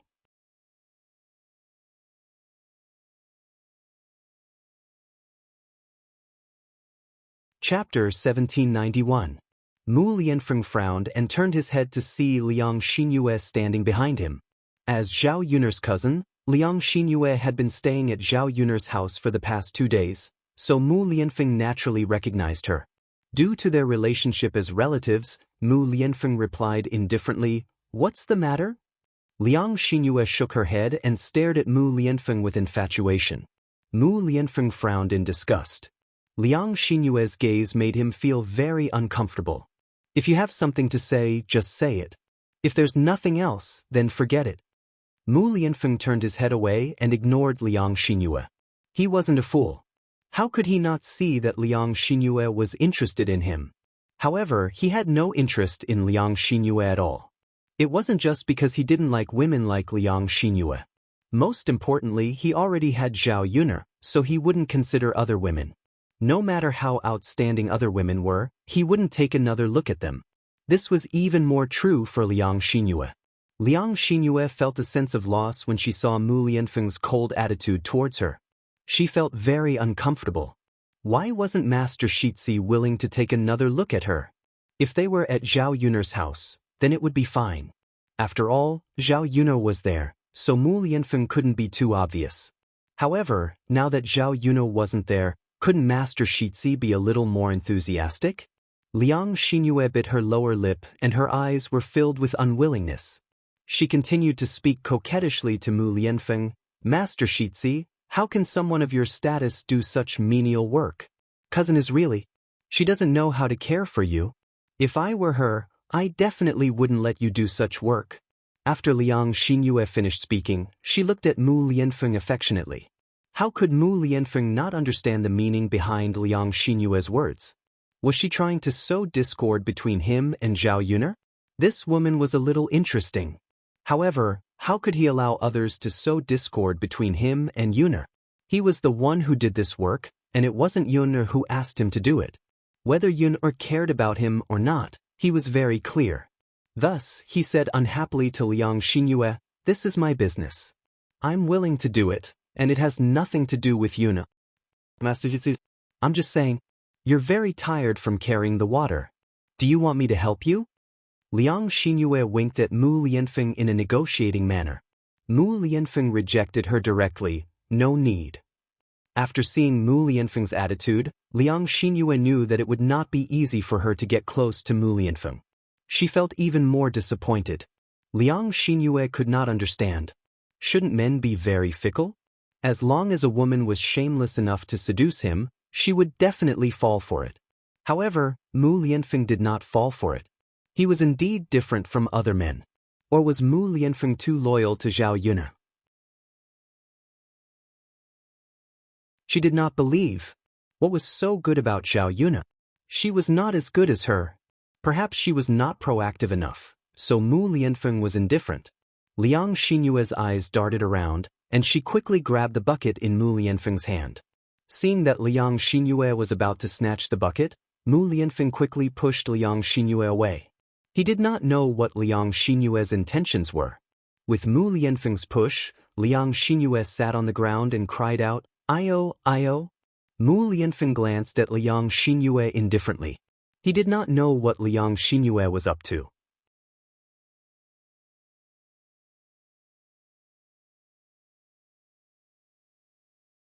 Chapter 1792. You sprained your ankle? Mu Lianfeng was suspicious and did not immediately believe Liang Xinyue's words. He had a feeling that this woman was up to something. Liang Xinyue looked at Mu Lianfeng pitifully and continued to say to Mu Lianfeng, "Sir, I really sprained my ankle. It hurt so much. Can you come over and help me?" Mu Lianfeng replied indifferently, "You asked for it. Who else can you blame?" His attitude was very clear. He did not want to talk to her. This could not go on. Mu Lianfeng did not seem like a man who could be seduced so easily.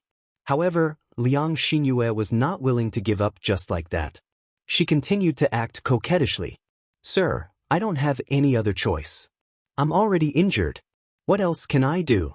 Are you just going to let me sit here and do nothing? Aren't you going to help me?" Mu Lianfeng snorted softly. "After I'm done carrying the water, I'll go back and tell your family to come and pick you up." Liang Xinyue opened her mouth. Mu Lianfeng's rejection was too direct. He did not even give her a chance. After Mu Lianfeng finished speaking, his gaze shifted away from Liang Xinyue. He held the bucket in his hand and carried the water. Liang Xinyue saw that Mu Lianfeng was really going to leave her here alone. Actually, her ankle was fine.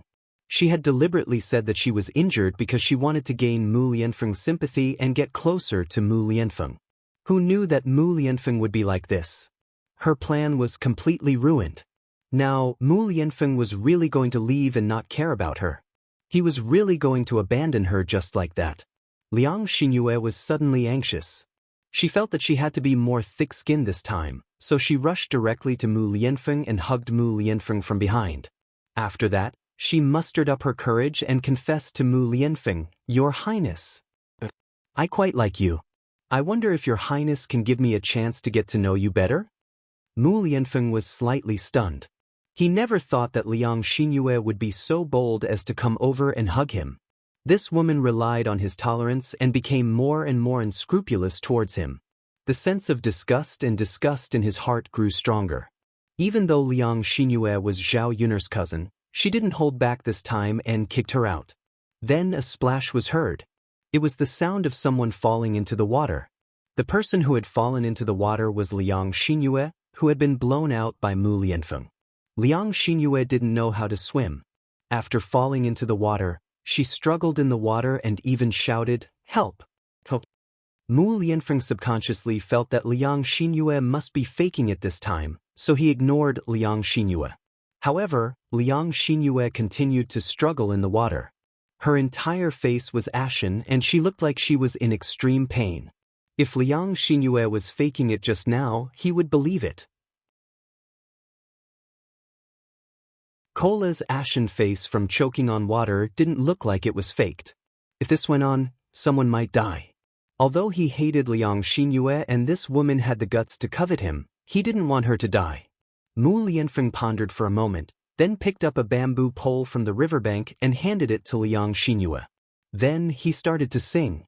Liang Xinyue said indifferently, "Catch!" Liang Xinyue hurriedly grabbed the bamboo pole. Mu Lianfeng then dragged Liang Xinyue to the riverbank. Only then did Liang Xinyue get up.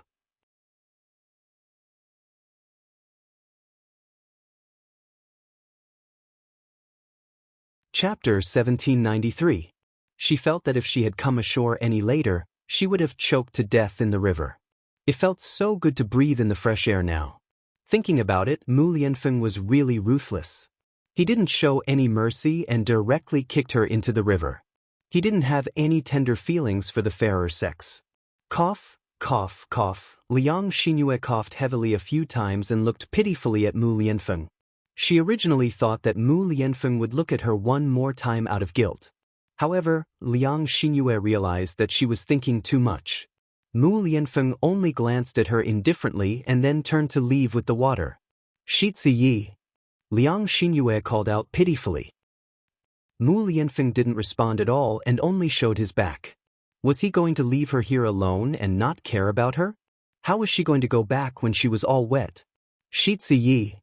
Liang Xinyue's voice was louder this time. Mu Lianfeng showed his determination with his back facing her. Seeing that Mu Lianfeng really didn't want to talk to her anymore, Liang Xinyue finally gave up. After soaking her clothes in the water, Liang Xinyue's entire body was wet. Her clothes stuck to her body and a few private parts were faintly discernible.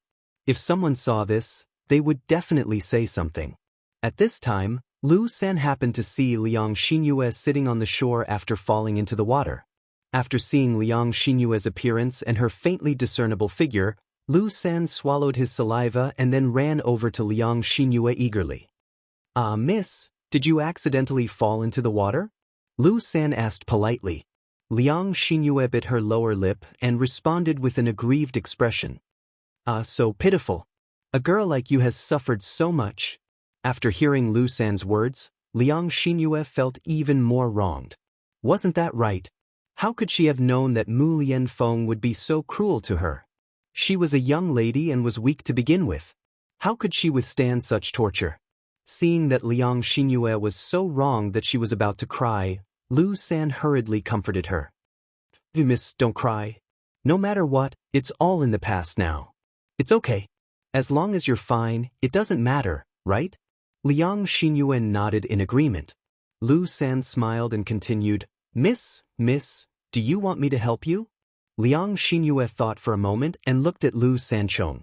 She was smiling so warmly, so she shouldn't be a bad person. After she had choked on the water, she felt that she couldn't muster up any strength after tossing and turning. If she had someone send her off, she would be able to go back earlier. Otherwise, she couldn't just sit here and do nothing, right? Although the weather was hot now, it was easy to catch a cold if she didn't go back and change her clothes. If she fell sick, it would be even more torturous. So she nodded. Thank you so much. Lu San hurriedly waved his hand. Oh, miss, you're too polite. I like to help others when they're in trouble. Liang Xinyue nodded and smiled at Lu San. Big brother, you're really a good person. Lu San's smile hid a hint of calculation. He was indeed a good person, but he would only be good to women, and the youngest and most beautiful women. Of course, he wouldn't tell Liang Xinyue the calculation in his heart.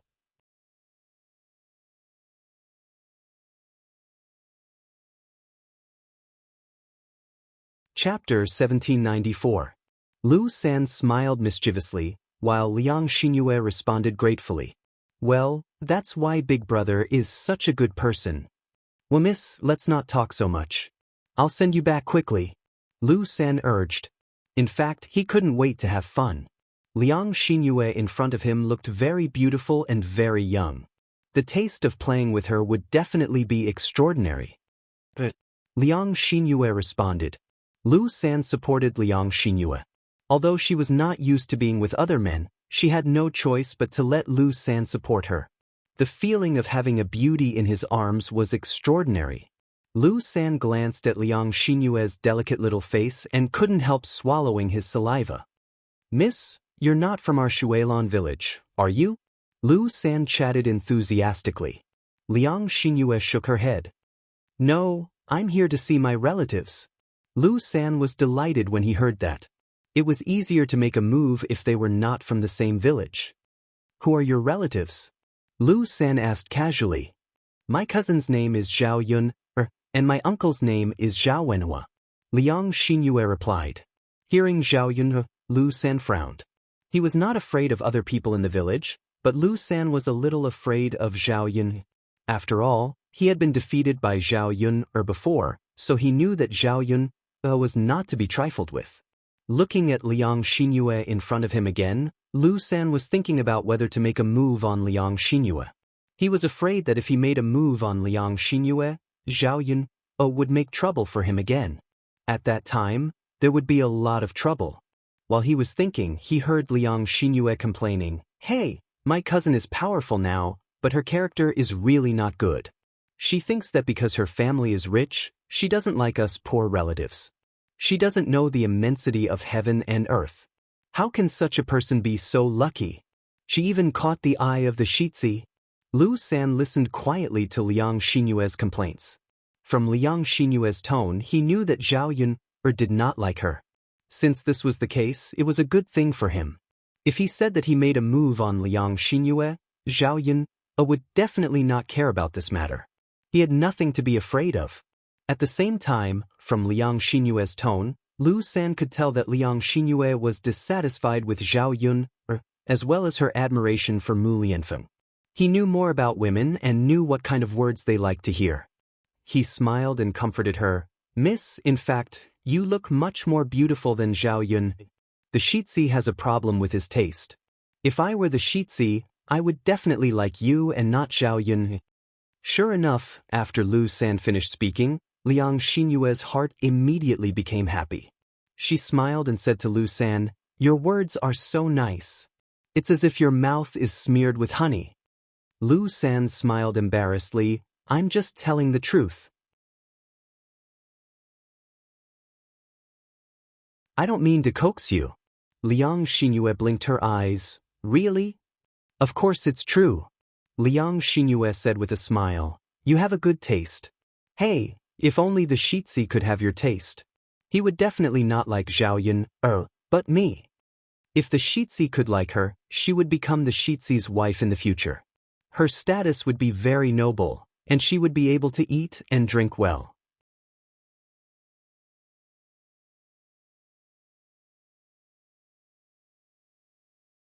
Chapter 1795. Sigh, everyone has their own fate, and it can't be helped that our fates are different. But you don't have to worry. With your looks, you'll definitely be able to find a good husband in the future. He might not necessarily be worse than Zhao Yun. Lu San comforted her. After hearing Lu San's words, Liang Xinyue's unhappiness suddenly dissipated a lot. Yes, you're right. I think so too." Liang Xinyue responded. The two of them continued walking. After walking for a while, they still hadn't reached Zhao Yun's house. Instead, they arrived at a forest. Liang Xinyue frowned and felt that something was wrong. She remembered that there wasn't much distance between Zhao Yun's house and the river, and the scenery didn't seem right. So she asked Lu San, who was beside her, "Big brother, did you lead us the wrong way? Why do I feel like something's wrong? This doesn't seem to be the way to my cousin's house, right?" Lu San smiled slyly again, patted his head and said, "Oh, look at my memory. I remembered the wrong way. Zhao Yun's family has moved to a new house now. This is the way to the old house, so I took you the wrong way." After listening to Lu San's explanation, Liang Xinyue finally understood. She nodded and said, Yes, that's good. Big brother, take me there now." Lu San responded, "Okay, don't worry, miss." The two of them continued walking. When they reached the depths of the forest and saw that there was no one around, Lu San couldn't wait to reach out and touch Liang Xinyue's butt. Along the way, his heart was burning. He couldn't wait to touch Liang Xinyue. However, this was not the right place. Once he touched Liang Xinyue, she might shout at the top of her lungs and run away. He had no choice but to control his temper and slowly lead Liang Xinyue into the woods. In this way, even if Liang Xinyue shouted loudly, no one would pass by. He could still manage the matter between him and Liang Xinyue. Liang Xinyue could only cry for help, but to no avail. She didn't expect Liang Xinyue to be so stupid. She was tricked into going to the woods with just a few words. Feeling her but being touched, Liang Xinyue's heart suddenly tightened.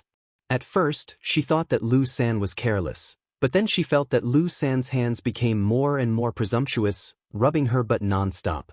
What was worse was that Lu San directly hugged her and held her in his arms. His ugly face stretched out towards her. Liang Xinyue suddenly exclaimed, "What are you doing? Why are you touching me?" Lu San smiled wretchedly, "Little beauty, I've helped you walk so far. You said that I'm a good person. You should at least repay me, right? Seeing how handsome you are, Big Brother's heart is itching. Just help Big Brother and let Big Brother have some fun." Liang Xinyue finally understood what Lu San wanted to do. It turned out that he had this idea. She originally thought that Lu San was a good person. Now it seemed that Lu San was a hungry wolf. He was very fierce. From the moment he saw her and helped her, it was a trap. Now she was so pitiful that she was tricked into the woods by Lu San. No one could control her. She really regretted her actions. However, there was no use in regretting it now. She was trapped in Lu San's arms and couldn't break free at all. "Let go of me, rogue."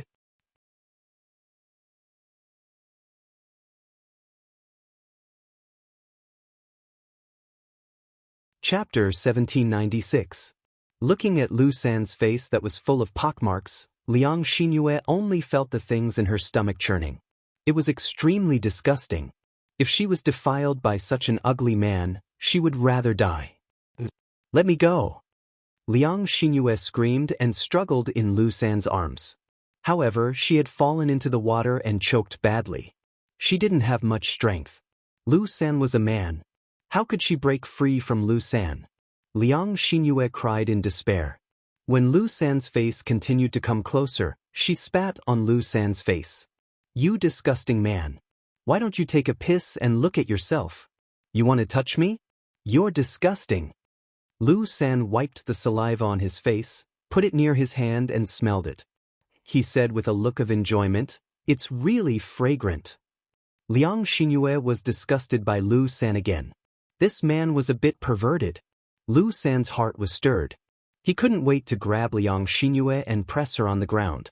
Then he began to help Liang Xinyue take off her clothes. After a while, Liang Xinyue's coat was taken off.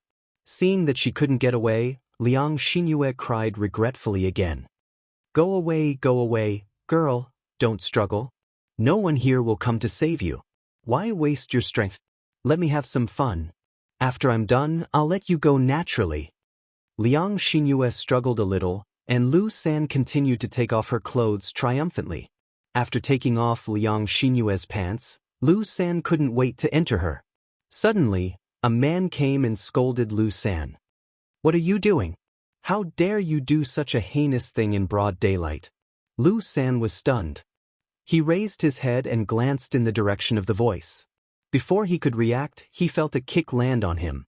Afterwards, Lu San was thrown heavily. He fell quite heavily and immediately spat out a mouthful of blood. Afterwards, Lu San lay on the ground. He was unable to move at all. Lu San and Liang Xinyue, who were lying on the ground, looked at this person at the same time.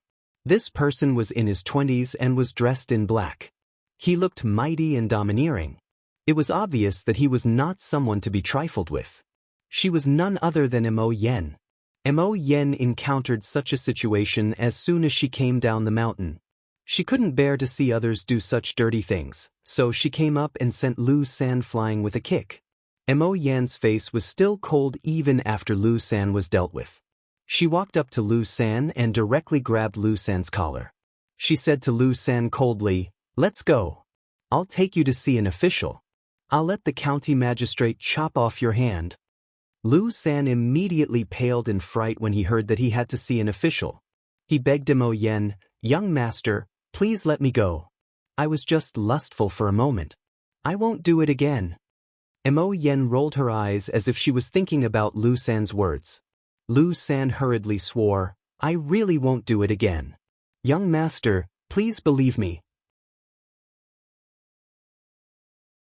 If I do such a thing again in the future, I will definitely be struck by lightning and die a horrible death." Mo Yen snorted coldly, "I can tell from your face that you're not a good person. Since you've done something like this, you should be punished. However, you've hurt this girl. She'll decide where you'll go."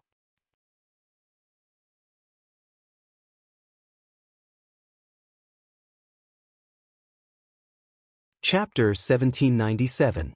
At this moment, Liang Xinyue sat on the ground. The fear on her face had yet to disperse. Her clothes were in a mess. Her thighs and other private areas were exposed to the air. Mo Yen had never seen something like this before. Her face immediately reddened, and she was rather afraid to look at Liang Xinyue. He understood what it meant to look at indecent things extremely well. Liang Xinyue seemed to return to her senses. She put on her clothes in a hurry. Thinking about how if Mo Yen had not intervened earlier, she probably would have been defiled by Lu San already. Liang Xinyue struggled to imagine the consequences. Her engagement had already been annulled in the first place. This was a shameful matter in the countryside, so it was extremely difficult for her to find a good husband. Now that her body had been defiled, it was basically impossible for her to find a good husband. Fortunately, Mo Yen had saved her, which was equivalent to saving her life. Liang Xinyue looked at Mo Yen gratefully. She could tell with a single glance that Mo Yen was not a simple person, whether it was in terms of appearance or attire. He probably had a good status just like the young master, so she developed a sliver of admiration for Mo Yen. Although Mo Yen could not compare to the young master, he was still worlds apart compared to the rough men of the countryside. At the very least, he could be regarded as extraordinarily handsome. Just looking at him made people feel comfortable. Only after Liang Xinyue covered herself did Mo Yen turn around again. She said to Liang Xinyue, "Miss, this person tried to defile you, so you decide how to deal with him. What do you think we should do now?" Liang Xinyue glanced at Lu San. She ground her teeth in hatred towards Lu San. This man had almost caused her to lose her chastity. How could she let him go so easily? Just when Liang Xinyue made up her mind to report this to the authorities, Lu San looked around and persuaded her, "Miss, I was just lustful earlier. I can guarantee that I won't do it again. Please be magnanimous and let me go. If they really arrest me, it might not be a good thing for Miss. Young lady, think about it. Although I haven't really done anything to Auntie, it's inevitable that there will be a lot of gossip. When the time comes, it will affect young lady's reputation. I'm a man, so it's fine, but when a lady marries in the future, I'm afraid." It had to be said that Lu San was used to using women's psychology to successfully bully many people. When Liang Xinyue heard this, she felt that what Lu San said was indeed very reasonable. If Lu San was arrested and sent to the officials, although Lu San would be punished by the officials, she would also be implicated at the same time. For her now, how could there be any more rumors? If that happened, she might not be able to get married. She could not bear the consequences. After hesitating for a while, she bit her lip and said to Mo Yen, "Young master, let's just forget about it." Although this person went a little overboard, it was fortunate that young master acted in time and didn't taint me. I'm still at a marriageable age. I don't want people to gossip about me. Mo Yen thought about it and said to Liang Xinyue, "All right then. It's still up to Miss to make the decision. If Miss thinks it's fine, then it's fine." "All right," Liang Xinyue replied weakly. She could not help but glance at Mo Yen. Seeing how handsome and righteous Mo Yen was, she admired him even more.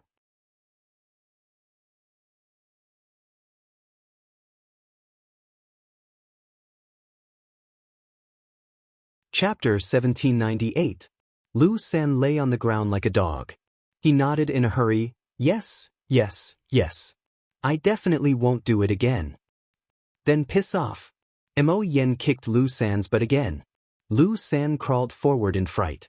He wanted to leave as soon as possible, afraid that Liang Xinyue and Mo Yen would go back on their words and send him to the authorities.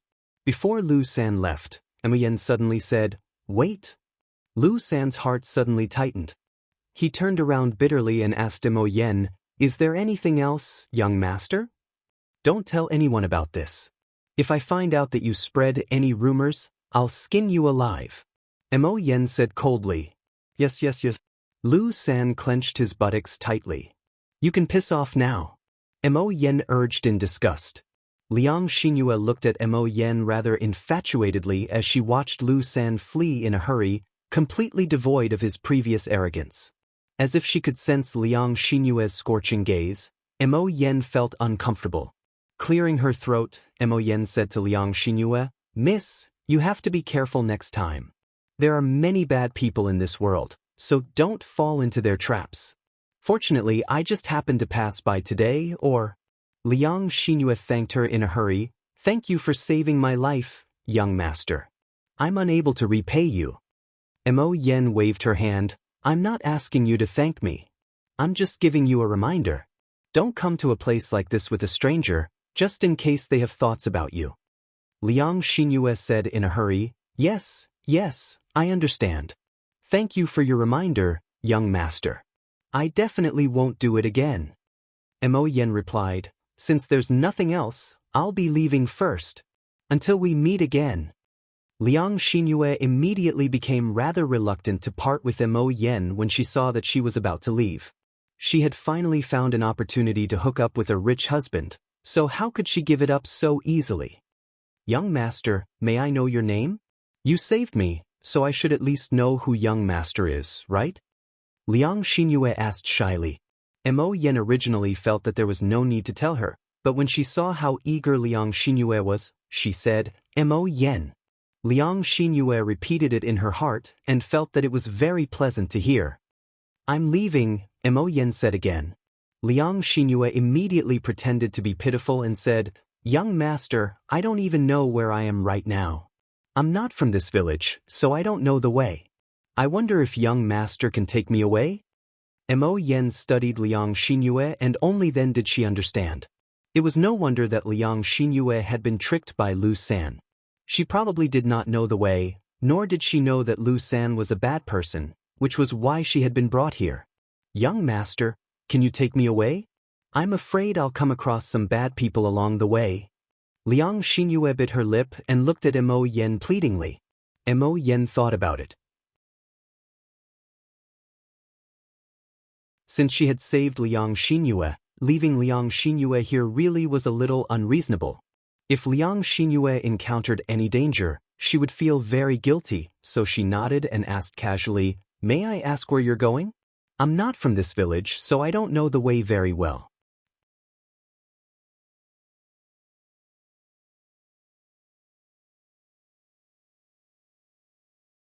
Chapter 1799. Mo Yen could not help but sigh inside when she heard Liang Xinyue say that she was Zhao Yunner's cousin. It looked like she had saved the right person. He might not have known about other people's families, but he did know about Zhao Yunner's family. He replied to Liang Xinyue, "I know. I was just about to go." "Really?" Liang Xinyue blinked her eyes in some excitement. Although she was unable to guess the relationship between Mo Yen and Zhao Yun, Liang Xinyue was still extremely excited. The two of them headed towards Zhao Yun's home under Mo Yan's lead.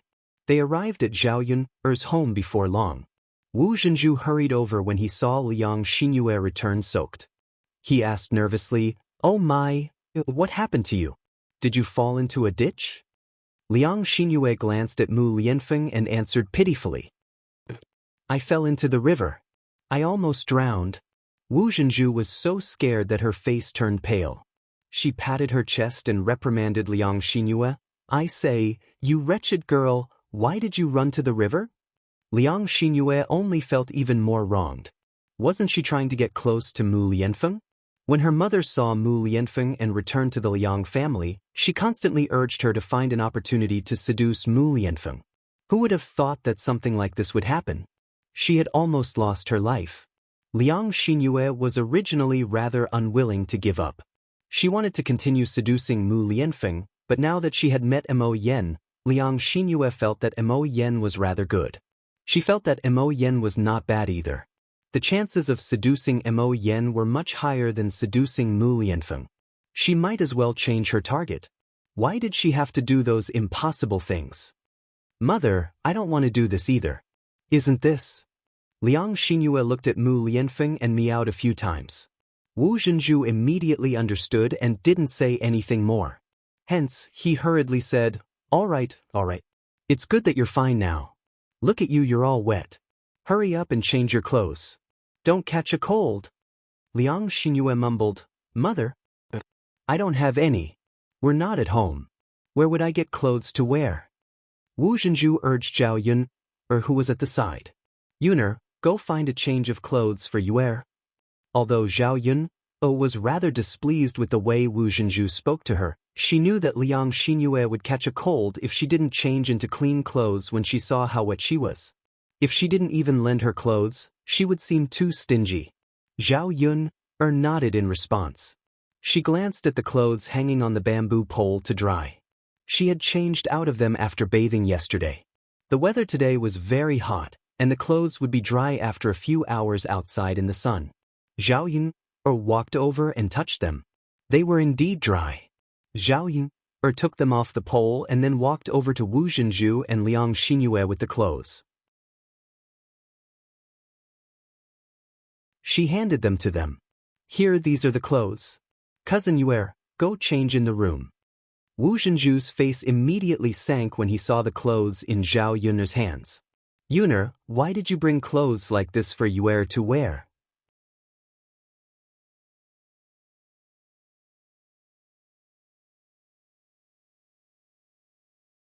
Chapter 1800. Wu Zhenju muttered, Yuner girl, you gave Zier a nice set of clothes. Why did you give Yue such coarse clothes to change into? They're both your cousins, so you can't be biased. You have to give Yue a nice set of clothes to change into, right? Zhao Yun's mouth twitched. She thought that Wu Zhenju was scheming something, but it turned out that he was thinking about this. Sure enough, she couldn't understand his weird brain circuits. Could it be that she was easy to negotiate with and easy to bully? Was that why these people came to provoke them again and again? You think the clothes are too shabby? I have to give you a set of expensive clothes? Of course. Yuner girl, Yue and Zier are all your cousins. As their cousin, you can't be too biased. Let's not talk about expensive clothes. You can't give me these coarse clothes.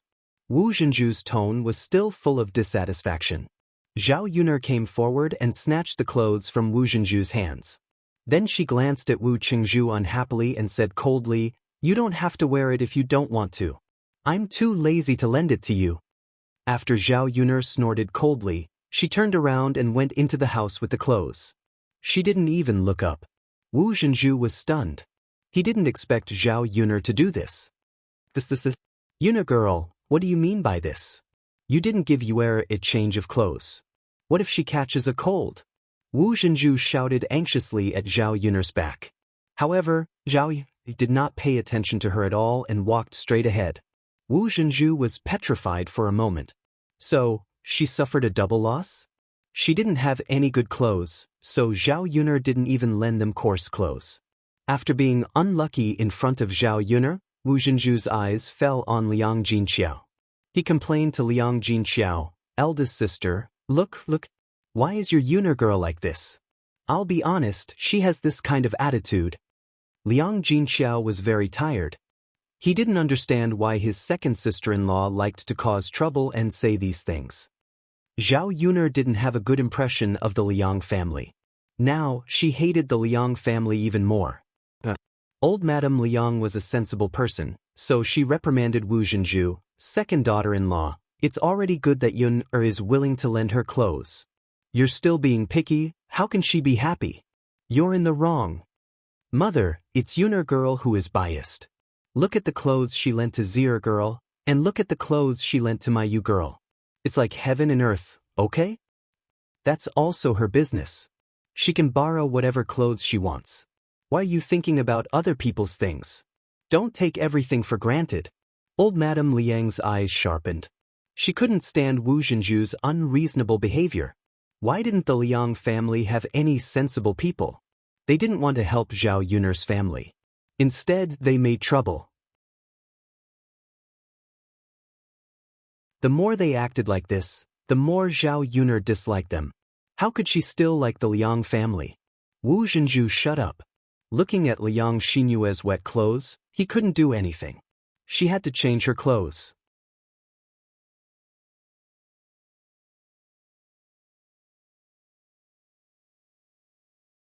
Chapter 1801.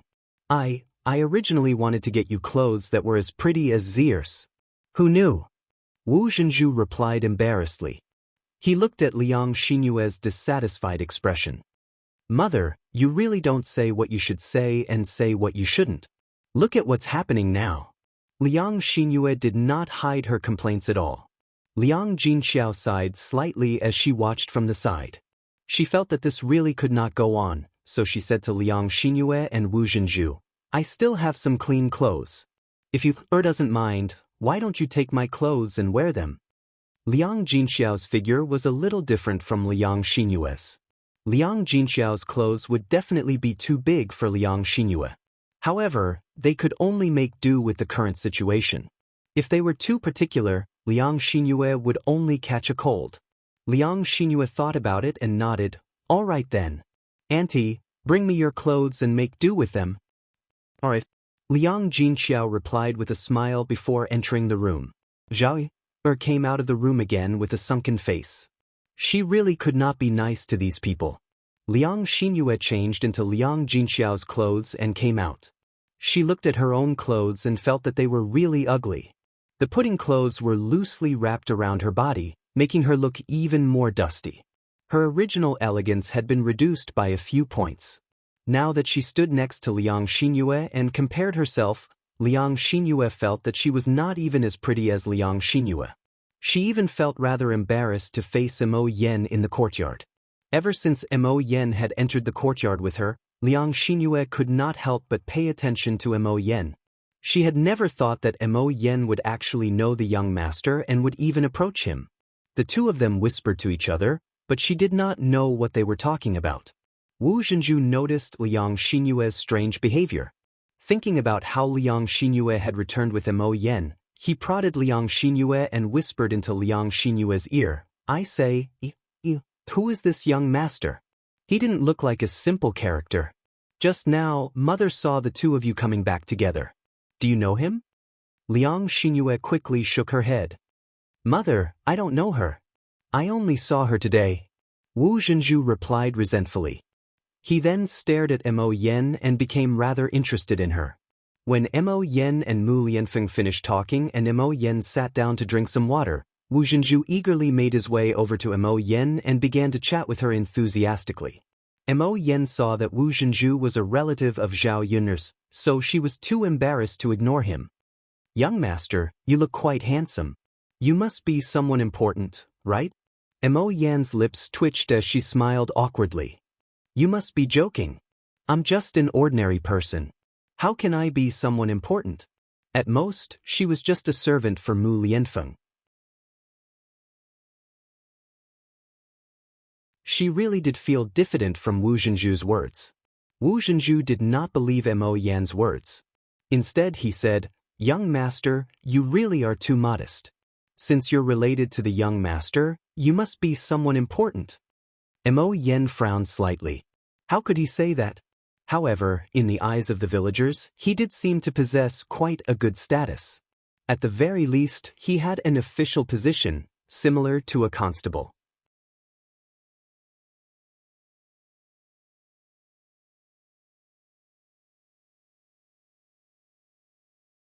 Chapter 1802. Mo Yen was very curious. Why was Wu Zhenju asking her this? Wasn't it a little too gossipy? It was like he was investigating her. Mo Yen thought about Wu Zhenju's eager expression before replying honestly to Wu Zhenju. No, auntie. I'm still single. Wu Zhenju immediately smiled uncontrollably when he heard Mo Yan's reply. Oh my, that's fantastic. Mo Yen was speechless. What was so fantastic about it? He did not think there was anything fantastic about it. He was already so old. Men around his age already had quite a few children, yet he did not even have a wife. This was not his fault. He was so busy every day that he did not have the time to worry about matters of the heart. However, he did not want to find a random woman either. That would only waste his time and the time of others. Wu Zhenju forced himself to calm down when he saw Mo Yan's dumbfounded expression. He was afraid that his reaction would frighten Mo Yen. After wiping away her smile with great difficulty, Wu Zhenju made her way over to Mo Yen and asked, Young master, it's not right for you to not have a family at your age. You can't waste too much time. Mo Yen nodded politely in response. Who knew how many people he had heard that say before? However, wives did not just fall from the sky. How could they just come and go like that? Wu Zhenju's smile contained a sliver of calculation. He thought that the heavens really had given him this opportunity. Mo Yen was such a great man, yet he was still single. As a result, he giggled and pulled Liang Xinyue over to Mo Yen. He said to Mo Yen, "Young master, what do you think of my daughter?"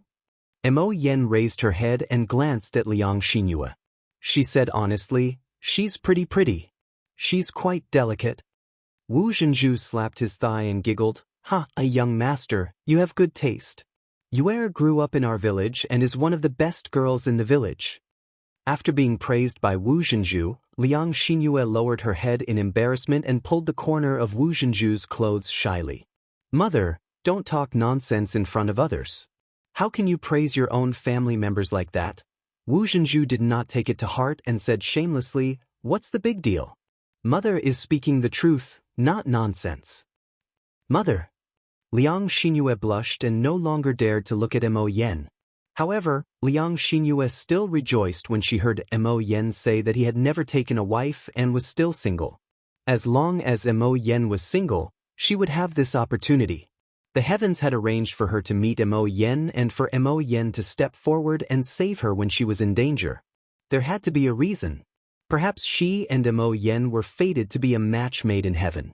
The more Liang Xinyue thought about it, the sweeter she felt in her heart. She had more expectations in her heart.